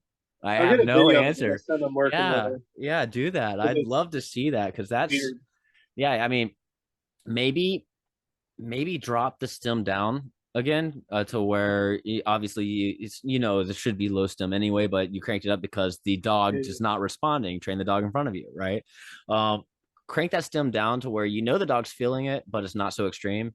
And maybe like right. stand in front of the dog and start doing some classical conditioning, Pavlovian, man, like stem treat, just straight up That's treat yep. treat right in front of it, and then eventually you can move around, and then when you do the stem, the dog might eventually now look at you because they're expecting the treat Oh, and then afterwards. that's Yeah, that's why I did that thing. That's why I was stepping out of the line of yeah, sight. you just didn't care. No, Was it focused on anything else or just chilling? it was just chilling.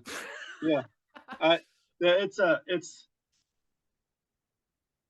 yeah, weird dog. Does the owner use the e-collar? No. Okay, okay. Because yeah, if the owner, my thought, well, the process there was if the owner's using it, they might be trigger happy, and now the dog's learned to ignore it. Yeah. But Yeah, I was literally the first time yeah, that the educator ever used any type of static function. I was hmm the first one to ever use that on the dog. yeah, So that's it's not learned helplessness because this dog is full of piss and vinegar. Like yeah, it's not like moping and yeah. depressed. Take a video of it next time and send it to me. I Yeah, would, weird. you put it on the Discord or something. That'd be great. I'd love to see that. Uh, Um, So I'll jump on what you were saying for puppies. Hmm. And these are just personal things. I think obviously potty training is huge. I really like just having regular dogs. My dog does good for working through aggressive dog stuff. Hmm. I could tell you stories about that, but um, my expectations are for a puppy, then this is like 0 to, let's say, 4 or 5 months, that they are really, really attuned to play. The Yep. play is like it is people don't understand play at all. I mean, Yeah. they don't understand play in humans, but much less they don't understand play in Before you dogs. keep going, I'm going to go back to me real quick. So when you were talking about expectations, I thought you were talking about training expectations. Oh yeah, So when it comes to the dog's behavior, just all around behavior, yeah. Hmm. I have less expectations than most of my clients have. Hmm. Honestly, I let my dogs be dogs. My dogs dig around in the backyard. I don't care. Yeah, My dogs want to run up and jump all over the furniture. I don't care. yep, Like I expect them to be dogs. Because dogs aren't human. I don't expect them to be perfect all the time. But right. when it came to the expectations with my training, it's all about keeping them safe. That's why I want to put them Mhm. on e-collar training because I know I'll have perfect recall. And if my dogs decide to start running for whatever reason, find a trigger, run towards traffic, I'm going to get them back. I don't want them to get Yeah, killed. So that was really where my training expectations come in. But in general, my dogs get to be dogs. yeah, Yeah. word. Sorry. Go ahead. Continue. Yeah. Well, and it's most of my recall. I didn't start using the e-collar until about 2 years ago. Hmm. Um, so all of my recall was long lead recall stuff. Yeah. So I would have like 30 feet of rope that I'd attach to my dog, and then I'd tie a branch to the end of it. So you can run off and get lost in the forest, and I'll find you somewhere. Yeah. Yeah. Um, but my really big thing, and this is super true for people, like if you want to have a dog that's well balanced, if you want to have a dog that you have a good relationship with, you need a rough house with it. And Oh, that's, yeah. I think that's so, like, you're having these like 90-year-old people buying Great Danes or German Shepherds, and then they don't have the energy to roughhouse with it, and then the Yeah. dog turns into a basket case. And like there are even studies in people where if you don't wrestle with a child, and I can see this, I taught dance and I do jujitsu, I can see it in a person if you have not been wrestled with as an adult. Hmm. Like I can see it in you. I can see Hmm. it in the way you walk. And how much more is that for a dog when they've grown up with senior handlers that don't engage with them playfully outside of maybe throwing a sock 5 or 6 times. Hmm. I wouldn't even And just say it's seniors. There's a lot of younger folks out there, 20s and 30s and 40s years old, that have the capability of roughhousing, but they're just lazy. yeah, I was trying to give them a pass. Yeah, no, nope. There's a lot of Yeah, lazy owners. I'm not giving that a passes. pass at all. But it's like if you saw how much I roughhouse in my dog, well, you I don't think it would shock you, but most people would be shocked. Hmm. I have these big welding gloves, and I beat the hell out of him, and he loves it, and he'll Oh go get those yeah. gloves for Yeah, me. yeah. My dogs will come running at me, and then you just see me like I'm not slapping, but like I just push really hard against their tail, oh not tail, their rear, and then you see them Oh, dude, like I saw go them. Yeah, do they're a fun. roll real quick, and they come and jump back at me, and I'm like, all right, I got you in a headlock, and I'm pushing you over Yeah, here, and it's so fun, but it also teaches them when enough's enough, right? If they yeah, bite too hard, if they bite my arm too hard, I let them know immediately, so they end up learning bite pressure. They end up yeah. learning what is too much. Yeah. But that stuff is like if I could force dog owners to do anything, it would be you need to play with your dog for they're at least 30 minutes a day. Hmm. And it needs to, like, if this is the line, you want to be right here. You Yeah. want to be as close to that line as possible, and then make them stop, and then bring them back to the line and make them stop, and do that a million times until your dog is in intuits that stuff. When I have to do, or when I'm play breaking aggressive dogs with my dog, um, like you see my dog will like he'll do the pound, or he'll do like the play bow, The play and well, yeah. he'll keep, like he won't nose punch, but he'll antagonize dogs, and then if they react to him, he's like, okay, whatever, I'm gonna buzz off. But he like will keep on him, and if he sees any sign of it, you'll see him break dogs down, and the dog's like, oh, okay, shit, this dog's kind of fun to play with. Hmm. No, that's Um, super cool. but it like so for puppies 0 to 6 months, play is my number one biggest thing. That's what I push people on Mm-hmm. the hardest because Oh I yeah.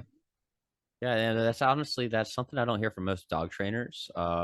Play and how important it is to a dog, and that's gonna build your relationship, dog to owner relationship.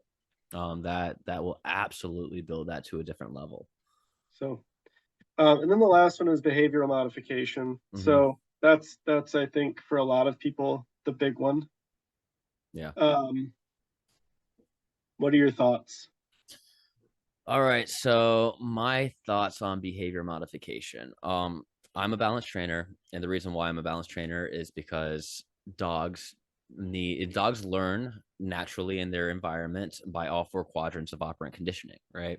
And classical conditioning, but talking about operant conditioning, something that humans will do to train dogs. Positive, negative reinforcement, positive, negative punishment. That's how dogs learn. If you see a dog at a dog park mount another dog, that other dog that got mounted is going to correct that dog, right? Mm-hmm. It's going to give it a positive punishment and correct that dog and make it less likely that dog's going to mount that particular dog again. Mm-hmm. If you see mother dogs and puppies and the puppy is being too aggressive on the nipple, the mom corrects that puppy. Um, it's literally how dogs communicate. So Mm-hmm. I'm all for using all four quadrants of operant conditioning, and behavior modification specifically. It's super important. You can never, by definition, by how it works, you can never teach a dog what not to do with reinforcement alone. You can't. Right. You just can't. Reinforcement increases behaviors.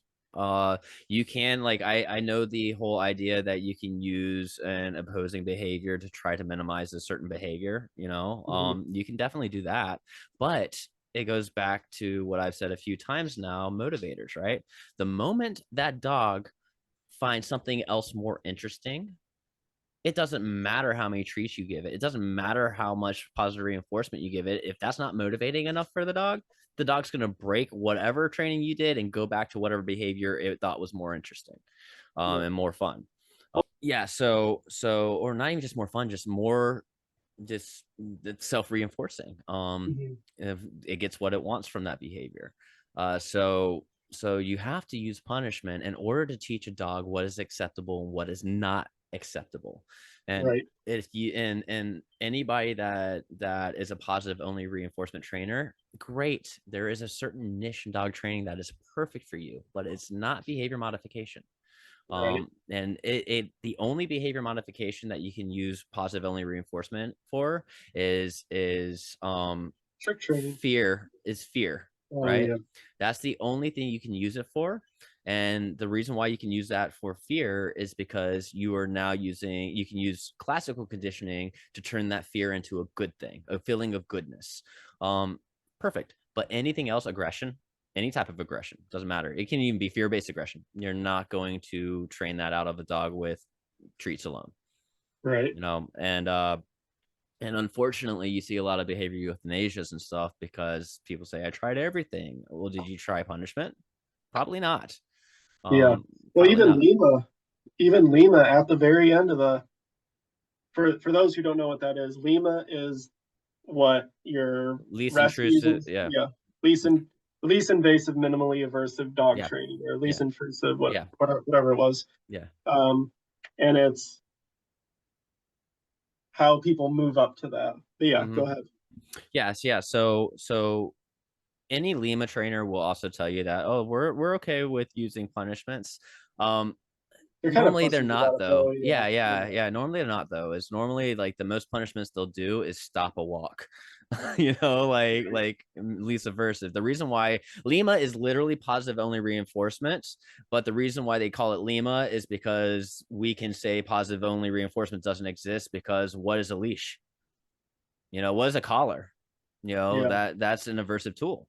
That doesn't allow the dog to do whatever it wants. Yeah. So we can say stuff like that. So it's like, okay, well, let's change the terminology to make it work for our environment, Yeah.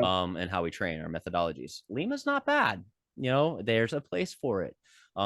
Yeah. When it comes to behavior modification, uh, your veterinarian is not a behaviorist or a trainer. Don't go to veterinarians for behavioral issues. If you find the rare veterinarian behaviorist, they actually what they studied in college is most likely behavior analysis, and which is the lab side of behavior. So what they can Mhm. do is they can actually they can diagnose the behavior and then medicate. That's what they do. They don't do any type of field work where they're actually training. And if they do train or find a trainer, they're going to find a trainer that's positive only reinforcement. So that way the medication plus the positive only reinforcement may fix the situation, but it's usually going to be lifelong medication. Yeah. um, vets are not behaviorists or trainers. They're not the say all end all on it, on training. So that's my personal opinion about that as well when it comes to behavior modification. Any data on doggy SSRIs? I've read all the literature. We have Mm-hmm. no information. It means none of No, none of it none of means it anything. does. What I, how do you feel um about regulating dog training? I don't like it. Nope, I me but I neither. don't like it. I don't like regulation. Yeah, yeah. Yeah. So the reason why I don't think regulation of dog training is good. Yes, we have some really crap dog trainers, but it's up to the owners to look into that dog trainer. You should be looking just like you would look into your vet, look into your dog trainer to make sure that they're not doing anything abusive and stuff to dogs. You'll figure that out real quick. And don't be afraid to fire a dog trainer on the spot, even in the middle of a Yeah. session. Um, the reason why I don't like regulating or the regulations of training is because the people that want to regulate it are like the American Veterinarian Association of Behavior, or whatever it is, ASVAB, um, stuff like that, where they say that positive only reinforcement can fix any behavioral issue, right? And then Yeah. they give you a huge list of research studies, right? And It's bullshit. I've read all of the literature Yeah. from beginning to end, every It single is. one of them, Yeah. and a good 40 to 50% of them are bias surveys. And then the other ones that are actual case studies, they will literally say in the middle of their research paper that this is biased, this is inconclusive, this did not have enough test subjects. We refuse to tell you how we use the aversive methods, and so on and so forth. Not a single one of them will actually give you data to prove anything, right? Yeah. They And also. yeah, and Yeah. the surveys are surveys like, oh, it's supposed to correlate aversive methods to aggression. And what it actually shows is it doesn't show causation. It shows correlation but not causation, right? So basically what and even in these surveys, they will say that uh just because there's a correlation between using aversive methods and aggression doesn't mean that the aversive methods cause the aggression, because it is just as equally acceptable that these owners that had aggressive dogs ended up using aversive methods in order to contain the aggression. So it doesn't mean that the aversives cause the aggression. It just means that people that have aggressive dogs tend to use more aversives. That's all it Okay. means. It doesn't mean anything about it causing it. I Yeah. I could go. This is if you ever want to do a real A deep long form dive? on this. Yeah. Yeah. Yeah. I think that people are using um, dogs and how dogs should be treated as a simulacrum for like their own weird human Yeah. things. Like, oh, there should be no punishment, and it's because this vet got, I don't know, was like promiscuous in high school, and so her dad yelled at her, and that Yeah. made her really mad, and she got It's rebellious, and it's a now big she. way to pat yourselves on the It's back. it's That's all it weird. It's is. It is pathological. it is back ass logic. It's anthropomorphizing dogs. Yeah. It's a way to pat ourselves on the back. Oh, I love my dog so much. I rather kill it than use punishment. Here's before we go on the behavioral mod, I Yeah, got yeah. another story for you. Okay. I have a client, or had a client. I don't work with her anymore. Hmm. Um, very first lesson I go to, it's obvious to me she's like your ardent hates men feminist. Hmm. Got divorced, like we and now she's having problem with her aggressive rot mix dog. Okay, well, I go into it. Well, what's the problem? Oh, well, let's call the dog. We'll call the dog Fido. Mm. Fido is mounting me. And I'm like, oh, okay, so that's obviously a problem. Like, if he's mounting you all the time. No, he's mounting me to completion. And you're not fucking pushing the dog off? Oh my God. Okay. I'm gonna send you a video at some point. I'm gonna send you a video. You I'm gonna cannot say that. You no, can, no, no, no, no, no. Listen, let me explain it, right? Let me explain it. It's a TikTok video, I believe, if I remember correct. My wife sent it to me, and I think your client is on TikTok because dude. because there's a TikTok video of somebody, a lady that has a dog like you described that is showing the dog humping the leg to completion, and she's just like talking about how she just allows it to happen. Yeah. Well, here's the whole thing. I'm not gonna. I'm I not gonna might not drop send you it. the video if you don't want to watch that video. It's Like, fine. We should. That's pretty funny. That's funny to me. But it's like I come on and she starts telling me about how like my existence is oppressing her. Meanwhile, she's letting her dog either a unconsensually mm-hmm. copulate with her, or even worse, it's consensual. Yeah, that's gross, honestly. What? Like, That's pathological, dude. yeah, that's I love it, dude. I think that's it's so weird. People it's are a weird. nuts. Yeah, people are nuts. Like you when you enter the dog training world, right? It doesn't matter obedience training, puppy training, behavior mod, anything, right? You end up meeting some really, really colorful individuals for sure. Like it is a crazy world. It So, is. but I'll kind of give my yeah, dude. When I first found out about it, she sent me a video, and it's like, yeah, I'm Yeah, at a loss for words with that. I got weird stories, but yeah. when it comes to behavioral modification, um, it does. It's one of those things where um, you have to like understand why you're doing something Mm-hmm. because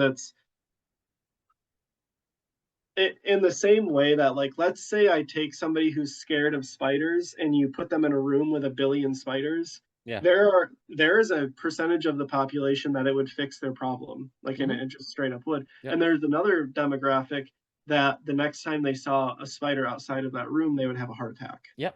Yep. So yeah, you absolutely yeah, behavior modification. Um, it's a special skill and a very advanced skill to be able to do it appropriately. So yeah, there's some dogs where I assess them and I'm like, you're gonna just have to learn to deal with your issues. And then there's Right. other dogs that I'm gonna baby a little bit more. Mm-hmm. It really is dog by dog basis on here because although the behavior might be the same from dog to dog, the causation of the behavior is very different, and the way the dog is going to feel about different approaches are going to be very different. Right. Um, and so yeah, I mean, I have where there was a German Shepherd terrified of car rides. Mm-hmm. Why is your German Shepherd terrified of car rides? As an older lady, she can't get in the car to do anything with it. It's like, well, this German Shepherd's a year old, has only ever been on 3 car rides, 2 of which were to the vet. Right. So now it just thinks it's getting poked and Yeah, prodded. yeah. No wonder, no wonder. I'm like, so this is what I'm gonna do. I'm gonna because yes, yes, it's terrified of car rides because it knows no better. So Right. I'm gonna. This is a perfect dog to make deal with their own issues, right? Mm-hmm. An hour later, like an hour into an hour out session, just total, an hour later, she's able to get this dog into the car just by walking the dog to the car. And Mm-hmm. I went back 3 months later, and got it all on video. But she, had a conversation with her about the progress that she's made since then. Oh, since then, the dog's been going to the beach 3 to 4 times a week, just loving Yeah. life, loving life. And I got a lot of flack for forcing this dog to the car when it's trying to fight to get away and struggle to get away and super anxious and stuff. Right. I got so Right. much flack for that. It's like, okay, I stressed the dog out for an hour, and now its entire life has changed for the better. Right. Right. I think what happens with a lot of, so even in that scenario, Mm-hmm. that's, Yeah. um, it's it, it's very much you're assessing, is this dog, um, is it reacting to a neutral stimuli as if it's negative, or is there, like, my dog gets motion sick in the car, Mm-hmm. and so car rides are just inherently negative. I can't just outdrive Yeah. him being motion sick. I don't. Um, there are certain times where, like, weird thing, I can't eat hamburgers with cheese on them. They make me nauseated. I Yep. like cheese. I eat grilled cheese all the time. I love ham. I think I have a hamburger downstairs waiting for me from Culver's. If there's cheese on it, it something about it makes me want to vomit, and I can't, like, it. You can't make me eat a million cheeseburgers for that to go away. I don't Yeah. know what it is. Yeah. Um, Yeah. I see what you're and so, saying. Yeah. eh, understanding that there's, like, there are times where maybe I'm scared of interacting with this thing because my perception, maybe I'm a It's stupid bias. dog. You have a biased Right? perception. It's just yeah. I made a snap Yeah. catalog, and it was just wrong. I was looking at a guy with a beard, and then somebody closed a garage can, and now I'm scared of guys with beards, Yep. right? Yep. And that perception is just literally not based off of reality. Um, and then it's like, okay, well, what is that dog's proclivity towards, anxiety, neuroticism, and reactivity? Mm-hmm. Well, if it's pretty high, it's so high that if it just sees a man with a beard at 100 yards, okay, well, I'm going to need to fatigue this dog Mm-hmm. until uh, until I can get it into a situation where the guy with a beard can be 90 yards away, Mm-hmm. right? Because it's not like I can. There's a point at which the dog can literally not see the guy, and so Mm-hmm. that's problematic. But, like, that's kind of what I'm thinking, and a lot of people just struggle with having that, like, the way that you even think about, how do I reintroduce things to this dog in a way that's safe for the dog, safe for all the people Mm-hmm. involved, Yep. um, but is And also, like, most dogs, most dogs are not, they don't have the sense of self to go, I need to overcome this problem, yep. and so Yep. they need to be made to overcome them a lot of Yeah, times. yeah, yeah, and yes, a lot of positive reinforcement helps with that, but Mhm. you and punishment again is not, it doesn't have to be abusive, but when it comes to punishment, like anything the dog doesn't like is going to be is considered punishment. Mhm. Like a dog doesn't like it, it's not a reinforcer. Right. So it goes back to like that Sammy video where I flooded the crap out of that dog, right? Mhm. The reason why I decided to go in that route with that dog in particular is because it didn't matter the distance I was. The Yep. moment I was there, the dog was over threshold, and it wouldn't leave threshold. And I realized, I'm like, seeing the owner in the video, you can see like he is struggling his hardest to try to control this dog. I said that is not safe for anybody. Mhm. So I'm going to use my experience and my capabilities to force it to be safe for everybody. Right? I'm Mhm. gonna contain the situation right now. And that's what I did, and it made all the difference. Right? I flooded Sammy. I forced him into a place to where he wasn't being aggressive and reactive and lunging and violently trying to attack everything. And Right. then at that point it's like, okay, now you're just now you're out of that mindset. You're stressed, but now we can do things you like. Let's go on a walk. Mhm. Let's go on a walk. Let's give you treats. Let's play. Let's do different things that you enjoy so you can realize that I'm not a bad person, right? Mhm. And now that me and you have this rapport and I can take your muzzle off and you trust me, let's see what happens. Like, will you trust this next person? Yeah, immediately. Just like I Mhm. told you, my camera person, Kim, Sammy just off leash inside the fence. Kim was outside where I told her to be because it was safe. Sammy was just sitting there and just looked at Kim and just walked up to the fence and was like, I want to sniff you. I want to. And then Kim went and pet Sammy from outside the fence. And I'm like, look at that. Like, okay, Kim, I'm going to hold Sammy for a second by the collar. So it's safe. I want you to come in real quick. And she Yeah. came in the fence. Sammy didn't react at all. And I'm like, Sammy doesn't care. Let him go. And he Yeah. just walked up and got some pets from Kim. Very first time ever meeting her, like Yeah. face to face. And then we did it with another person. And it all was because I flooded this dog to stop doing that ridiculous behavior in order to build him back up from scratch. Right. Like, Well, and that's sometimes it's necessary. It's not always necessary, but sometimes it is. yeah. And That yeah, go ahead. um I was just going to give another story that basically is your experience. There was a Yeah. dog I was working with named Shadow, and she is profoundly dog reactive. Mm-hmm. She's my friend's dog, and I was having him spend the week at my house, and he brought his dog Shadow, and it was well shit. I have to make Shadow at least not foam at the mouth around my dog. Yeah. And she, outside of the other two dogs that she has at her house, she's never been okay with another dog. Mm-hmm.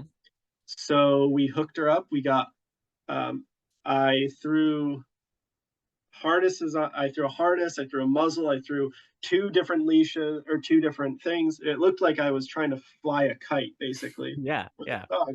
And then I brought my dog. He was probably 45 feet away, and for I think it was 2 hours, Mm-hmm. Shadow freaked out, foaming at the mouth. Um, like this dog, she was way past threshold. Like she was boiling basically. And so I was burning her out. I was waiting. Shadow, there will be a point in time where you are too tired to react, Mm-hmm. right? Because I know in that moment, her brain, it's like her reactivity, it is shielding her brain from taking in new information. Yep. Yep. So, okay, Shadow, I'm going to burn you out. I'm going to physically exhaust you until you cannot react to Obi anymore, my dog. And we got to that point. She was laying on the ground on her side, panting super hard. She couldn't stand up anymore because she fought against me for a while. She fought against my friend. Exhaustion, Yeah, Yeah. she literally too. I mean, I was exhausted, Yeah. and so she's laying on the ground, and I wasn't giving her water or anything. Like, if you're gonna burn out, you're gonna burn out. Sorry, dog. Mm-hmm. And at the very end, I brought my dog up, and it was like she was like, "Oh, like you're not gonna hurt me." Mm-hmm. Yeah, idiot. I wish I could have just told you that from the beginning. Yep. And now, when I go over to his house, I can bang on the door at 2 o'clock in the morning, throw my dog in the house, close the door without a human interaction, and she's fine with him. Yeah. Yeah. So, and it's so I think you absolutely made the right call. If you have a dog that the the reactivity is the second the dog sees the thing. It's not like a distance. It's not like the Mm-hmm. dog is slowly boiling up to discomfort. It's like if I am aware of this thing, it draws Yeah, 1000% yeah. It's of my black and attention. white to that dog. It's either it's reactive or it's not, and there's no in between. Yeah. There's no in And between. Yeah. to me, that's like I'm gonna burn this. I have to exhaust Mm-hmm. this dog, or I have to make this dog. Basically, I'm trying to make him recede into himself, or in Shadow's case, into herself, until she goes, oh hey, I'm learning now. I'm learning Yeah. again, Yeah. right? And it's um yeah. Yeah. So So I have I don't have a massive following on like YouTube, like 1,200. yeah.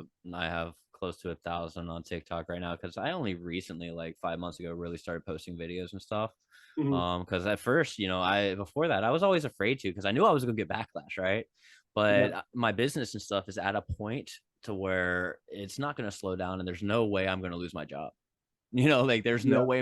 It doesn't matter if somebody goes and leaves 1,000 false reviews. I'm still gonna have work because Yeah. I have that good of a following with it when Mhm. it comes to my customer basis and word of mouth. So like I haven't done, I've never spent a single dollar on advertisement. I only like what used to post in like different like pet owner Facebook groups and neighborhood Facebook groups and next door groups. Mhm. And I haven't done that since the beginning of the year because I can't stop the flow of people hiring me. And it's like, cool, that's great. So Yeah, that's why I decided I'm like, I'll start posting videos because I don't care if somebody wants to dox me. yeah, I don't care at this point. It's great. Go ahead. Go that's ahead. funny.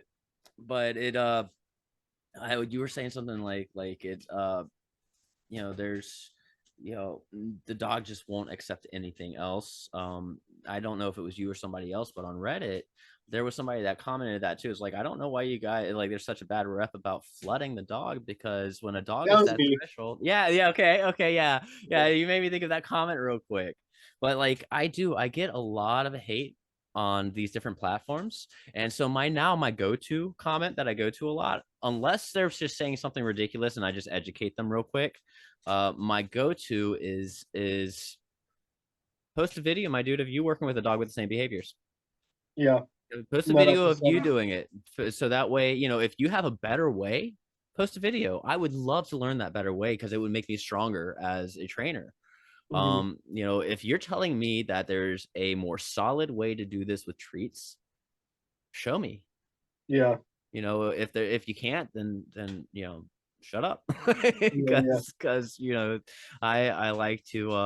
I like to learn. I'm learning every day. Every single day I'm reading, I'm watching, I'm doing something to progress myself some way, shape, or form. Hmm.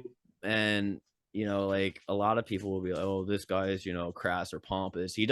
He'll never say he's wrong. It's like, well, because I wasn't wrong. I Yeah. wasn't. I was correct with my assessment. I was correct with my method that tried to do. I am not. I am far from perfect, for sure. There's plenty of times that I miss a marker, or I miss a reinforcer. Right? There's plenty of times, but in the grand scheme of things, when I make a decision on which method I'm going to use for a specific case, I'm usually right. But that's because I spend a hell of a lot of time observing that dog and figuring it out. Hmm. It's not like I just walk in and it's like, all right, e-collar for you. All right, I'm gonna flood you. That's not how it works. Yeah. you That's know, that is not how it works. And that leads to this next one. Let's see. We've already discussed some responses I got from Reddit, so I'm just gonna leave that at that. yeah. Yeah. Let's see. Um, I think the last one might be yeah, the personal what is it? philosophy on dog training. Either that or talking about breeds. Yeah, we could talk about breeds. I think that we could do a whole one on breeds alone. Yeah. Yep. So I think I kind of want to talk about a combination of owners with savior complexes and conflict avoidant owners. Dude, that's the one I could do a whole thing on. Oh yeah, yeah, Yeah, yeah. yeah. When so don't Dog throw parks. away. Let's go with dog parks. That's a good Yeah. one. Let's do dog parks. What's your opinion on dog parks? Um, dude, I love dog parks because they keep funneling dogs towards me. Yeah, it does. It definitely gets you Yeah. clientele. I also have a lot of friends that are vets, Hmm. and it keeps money flowing into through them. So Yeah, so I actually recently, a couple months ago, started and offering a new service because I didn't think about it until a client like called me and asked me if I could do it. Right.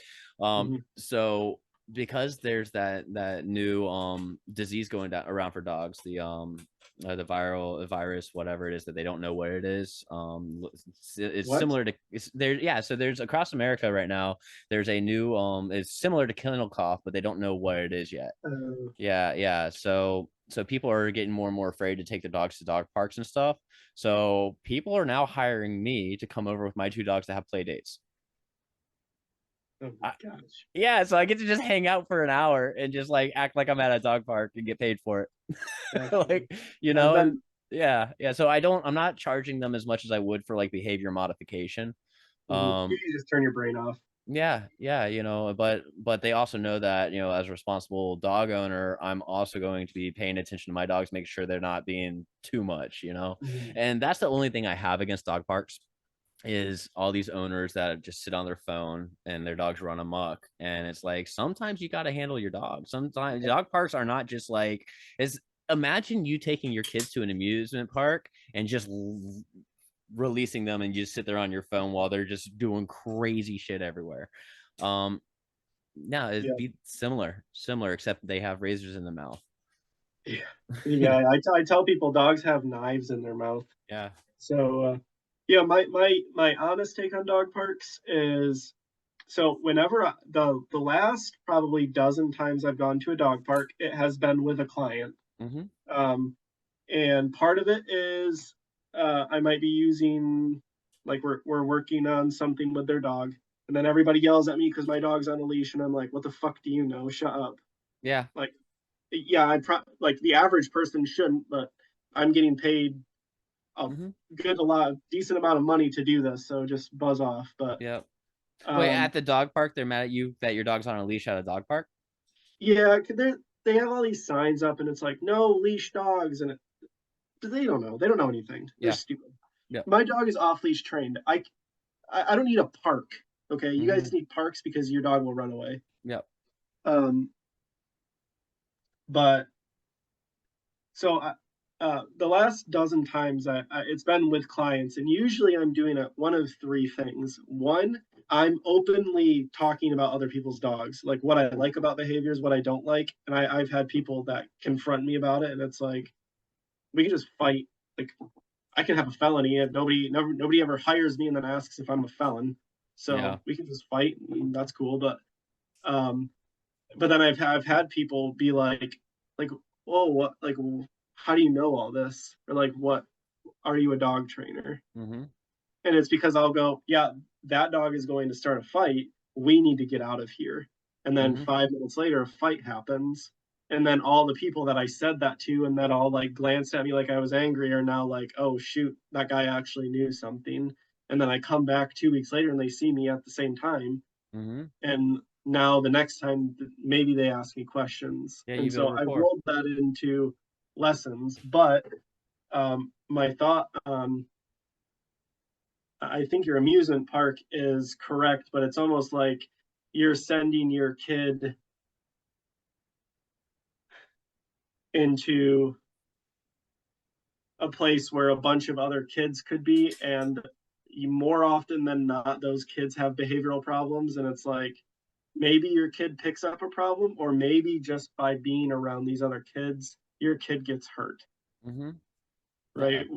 Um, what do the studies say? Like, if you send one bad kid to a camp that has like all good kids that are good little children, his dog's eating his bench. This dog Um, decided to find some tape. God, oh, he's there you such go. a Look at god that. freaking. I don't even know Um, where it was. Where'd you get that, dude? it's my secret stash. He hides Yeah. it under the Yeah. drum. But like a lot of times, bad dogs will corrupt your good dog. Oh yeah. So it's like, Yeah. Yeah. Yeah. They behaviors, right? Dogs yeah, learning. Dogs are always learning. And I tell clients this all the time. Dogs are mhm, always learning, regardless if you're training them at that time, at that moment or not. They're still mhm, training themselves one way, shape, or another. Everything you do, everything the environment does around that is teaching that dog. yeah, So yeah, the dog can absolutely accidentally condition itself in a negative way yeah. um at a dog park for sure. So You know? my consensus would be if you're taking your dog to a dog park, um, hire one of us, and we'll give you an analysis, and we'll charge you a bunch of money for it. Mm-hmm. Um, but realistically, if you're bringing your dog to a dog park and you have a bad gut feeling about anything, you need to get your dog out of there. Yeah, yeah, Um, yeah. Before you even walk into the dog park, stand there, look through the fence at everybody and what they're doing and what their dogs are doing, right? yep. And if you notice that like most of the people are not paying attention to their dogs at all, Hmm.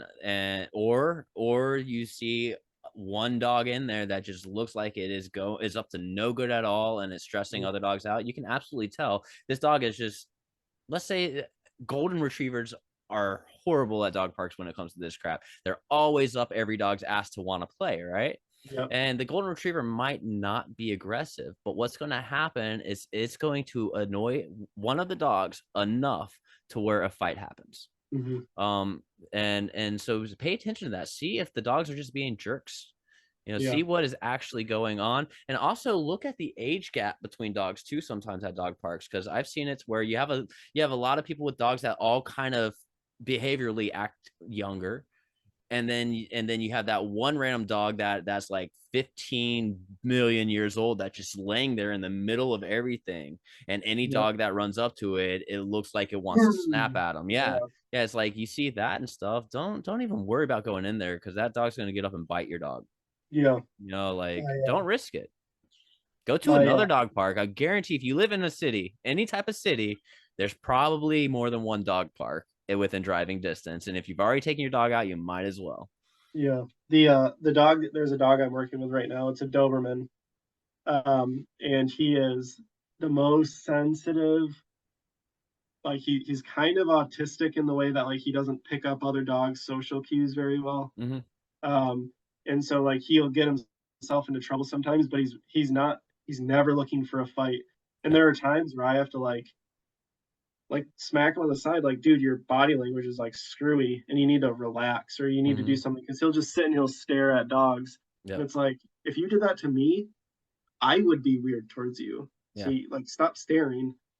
And he the last two times he's actually started to play with other dogs and it's like, oh, so he started to pick up on some of this, but every other time Hmm. it but we've broken through a lot of his weird behavior. Yeah. So Yeah, like um my dogs love people. They do. Doesn't matter who you are, they love you, right? And unless I tell them not to.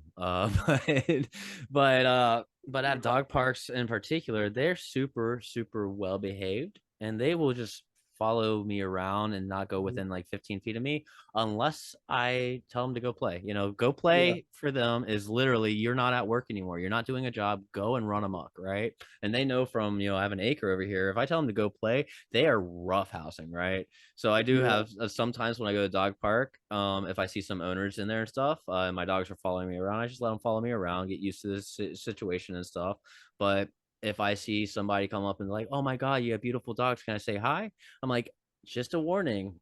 If I release them to say hi to you, they're going to go crazy in here. And if you're okay with dogs jumping up on you to give you kisses on the face, or you're okay with your dogs being like playing roughhouse and stuff like that, then absolutely, come say hi to my dogs and I'll release them. yeah, But I give them a fair warning first. But there's been few times that my dogs do cross the line, because I let them play real rough out here, right? yeah, But so same. there's a couple times that they've crossed the line a little bit with some people's dogs, but I've taught them break it up. And Mhm. if I yell, just break it up. They know that they immediately stop what they're doing, go in a different direction, and it chills them out just enough to where they can join back in on the play, but it's like half as much as it was before until it starts building up again. Yep. So yeah. That's more or less where my dogs is at. I give him a firm hey, and Hmm. he kind of like, oh, okay, yeah, because he remembers that from when I roughhouse with me. If Yeah. I give him a firm hey, it's okay. Well, Dad's gonna escalate if I don't back off. Yeah. So Yeah, you were talking earlier about inflection. When it yeah, comes to training, one thing I do tell clients all the time, and I've told people on social media all the time. Some people were telling me is like, you don't need to be saying all these words and stuff like that. I'm like, the purpose isn't the words I'm using, it's the tone, it's the yeah, I could inflection. caveman talk. Yeah, I could say ooga booga booga, and Yeah, yeah, it yeah, doesn't matter. It yeah, doesn't matter to the dogs that I'm working with. And I do have a lot of people with behavior modification that get upset that, oh, I'm not working on heel with this dog, or I'm letting this dog, pull on the stay at not pull, but stay at the end of the leash, or the dog's not, making enough eye contact with me. It's like, well, that's not the point of the session, actually. yeah, The point of this session is to allow the dog to be near stressors and be calm. It can do whatever the hell else it wants to right now, as long as it's behaving in a certain way. That yeah, was, and there's a lot of people. I think you're right when you said like a lot of people are just kind of ignorant. I don't even think you said ignorant, but ignorant to just all own it. the, Yeah, screw yeah, to those all the people. stuff. Yeah, yeah, ignorant to all of the in between, all the crap Yeah, you got to do in between, the ugly side of training. and that's what you should title it: the ugly side of dog training. Yeah. Yeah. when you throw this one up on whatever Yeah. Spotify.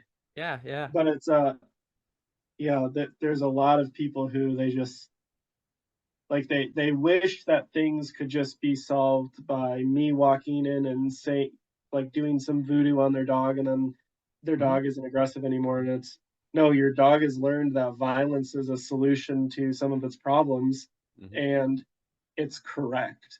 It can The, just bite you to make you leave it alone. the amount of owners I get that think that dogs are like cars, you can just take it to a mechanic shop, say this is broken, and they fix it. Like Yeah, it's it sucks that so many people are getting these animals they know nothing about them. yeah. Well, yeah.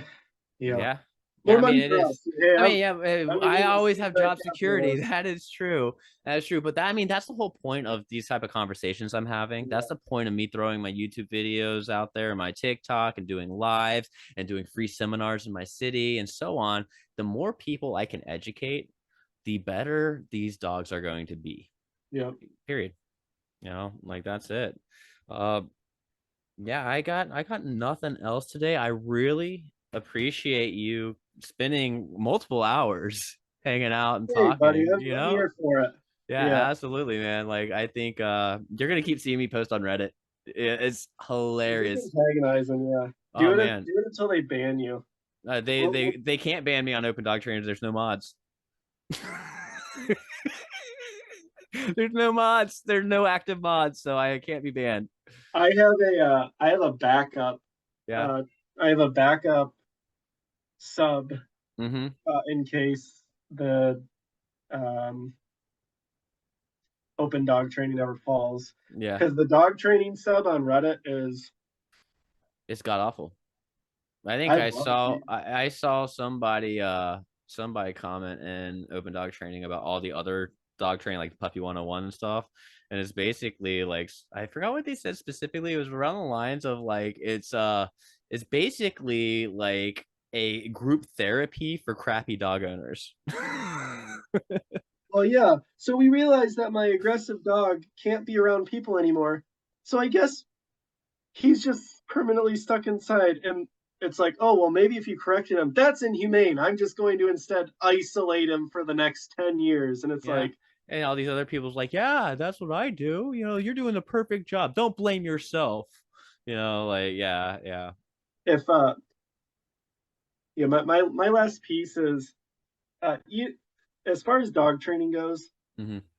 if a dog, um, it isn't incessantly jumping on me, it doesn't, uh, excessively bark at me to demand play, Hmm. if it relatively sits and stays on command. It is potty and it's potty broken. Um, I'll basically watch that dog indefinitely, and if I can hit all four of those with a client, they are better than 95% of the dogs I meet. Yeah. Yeah. Um, It, it, it's yeah. such a low bar. It is a low bar. So you just made me think we got 2 minutes left of this. So after the 2 minutes run out, we'll be done.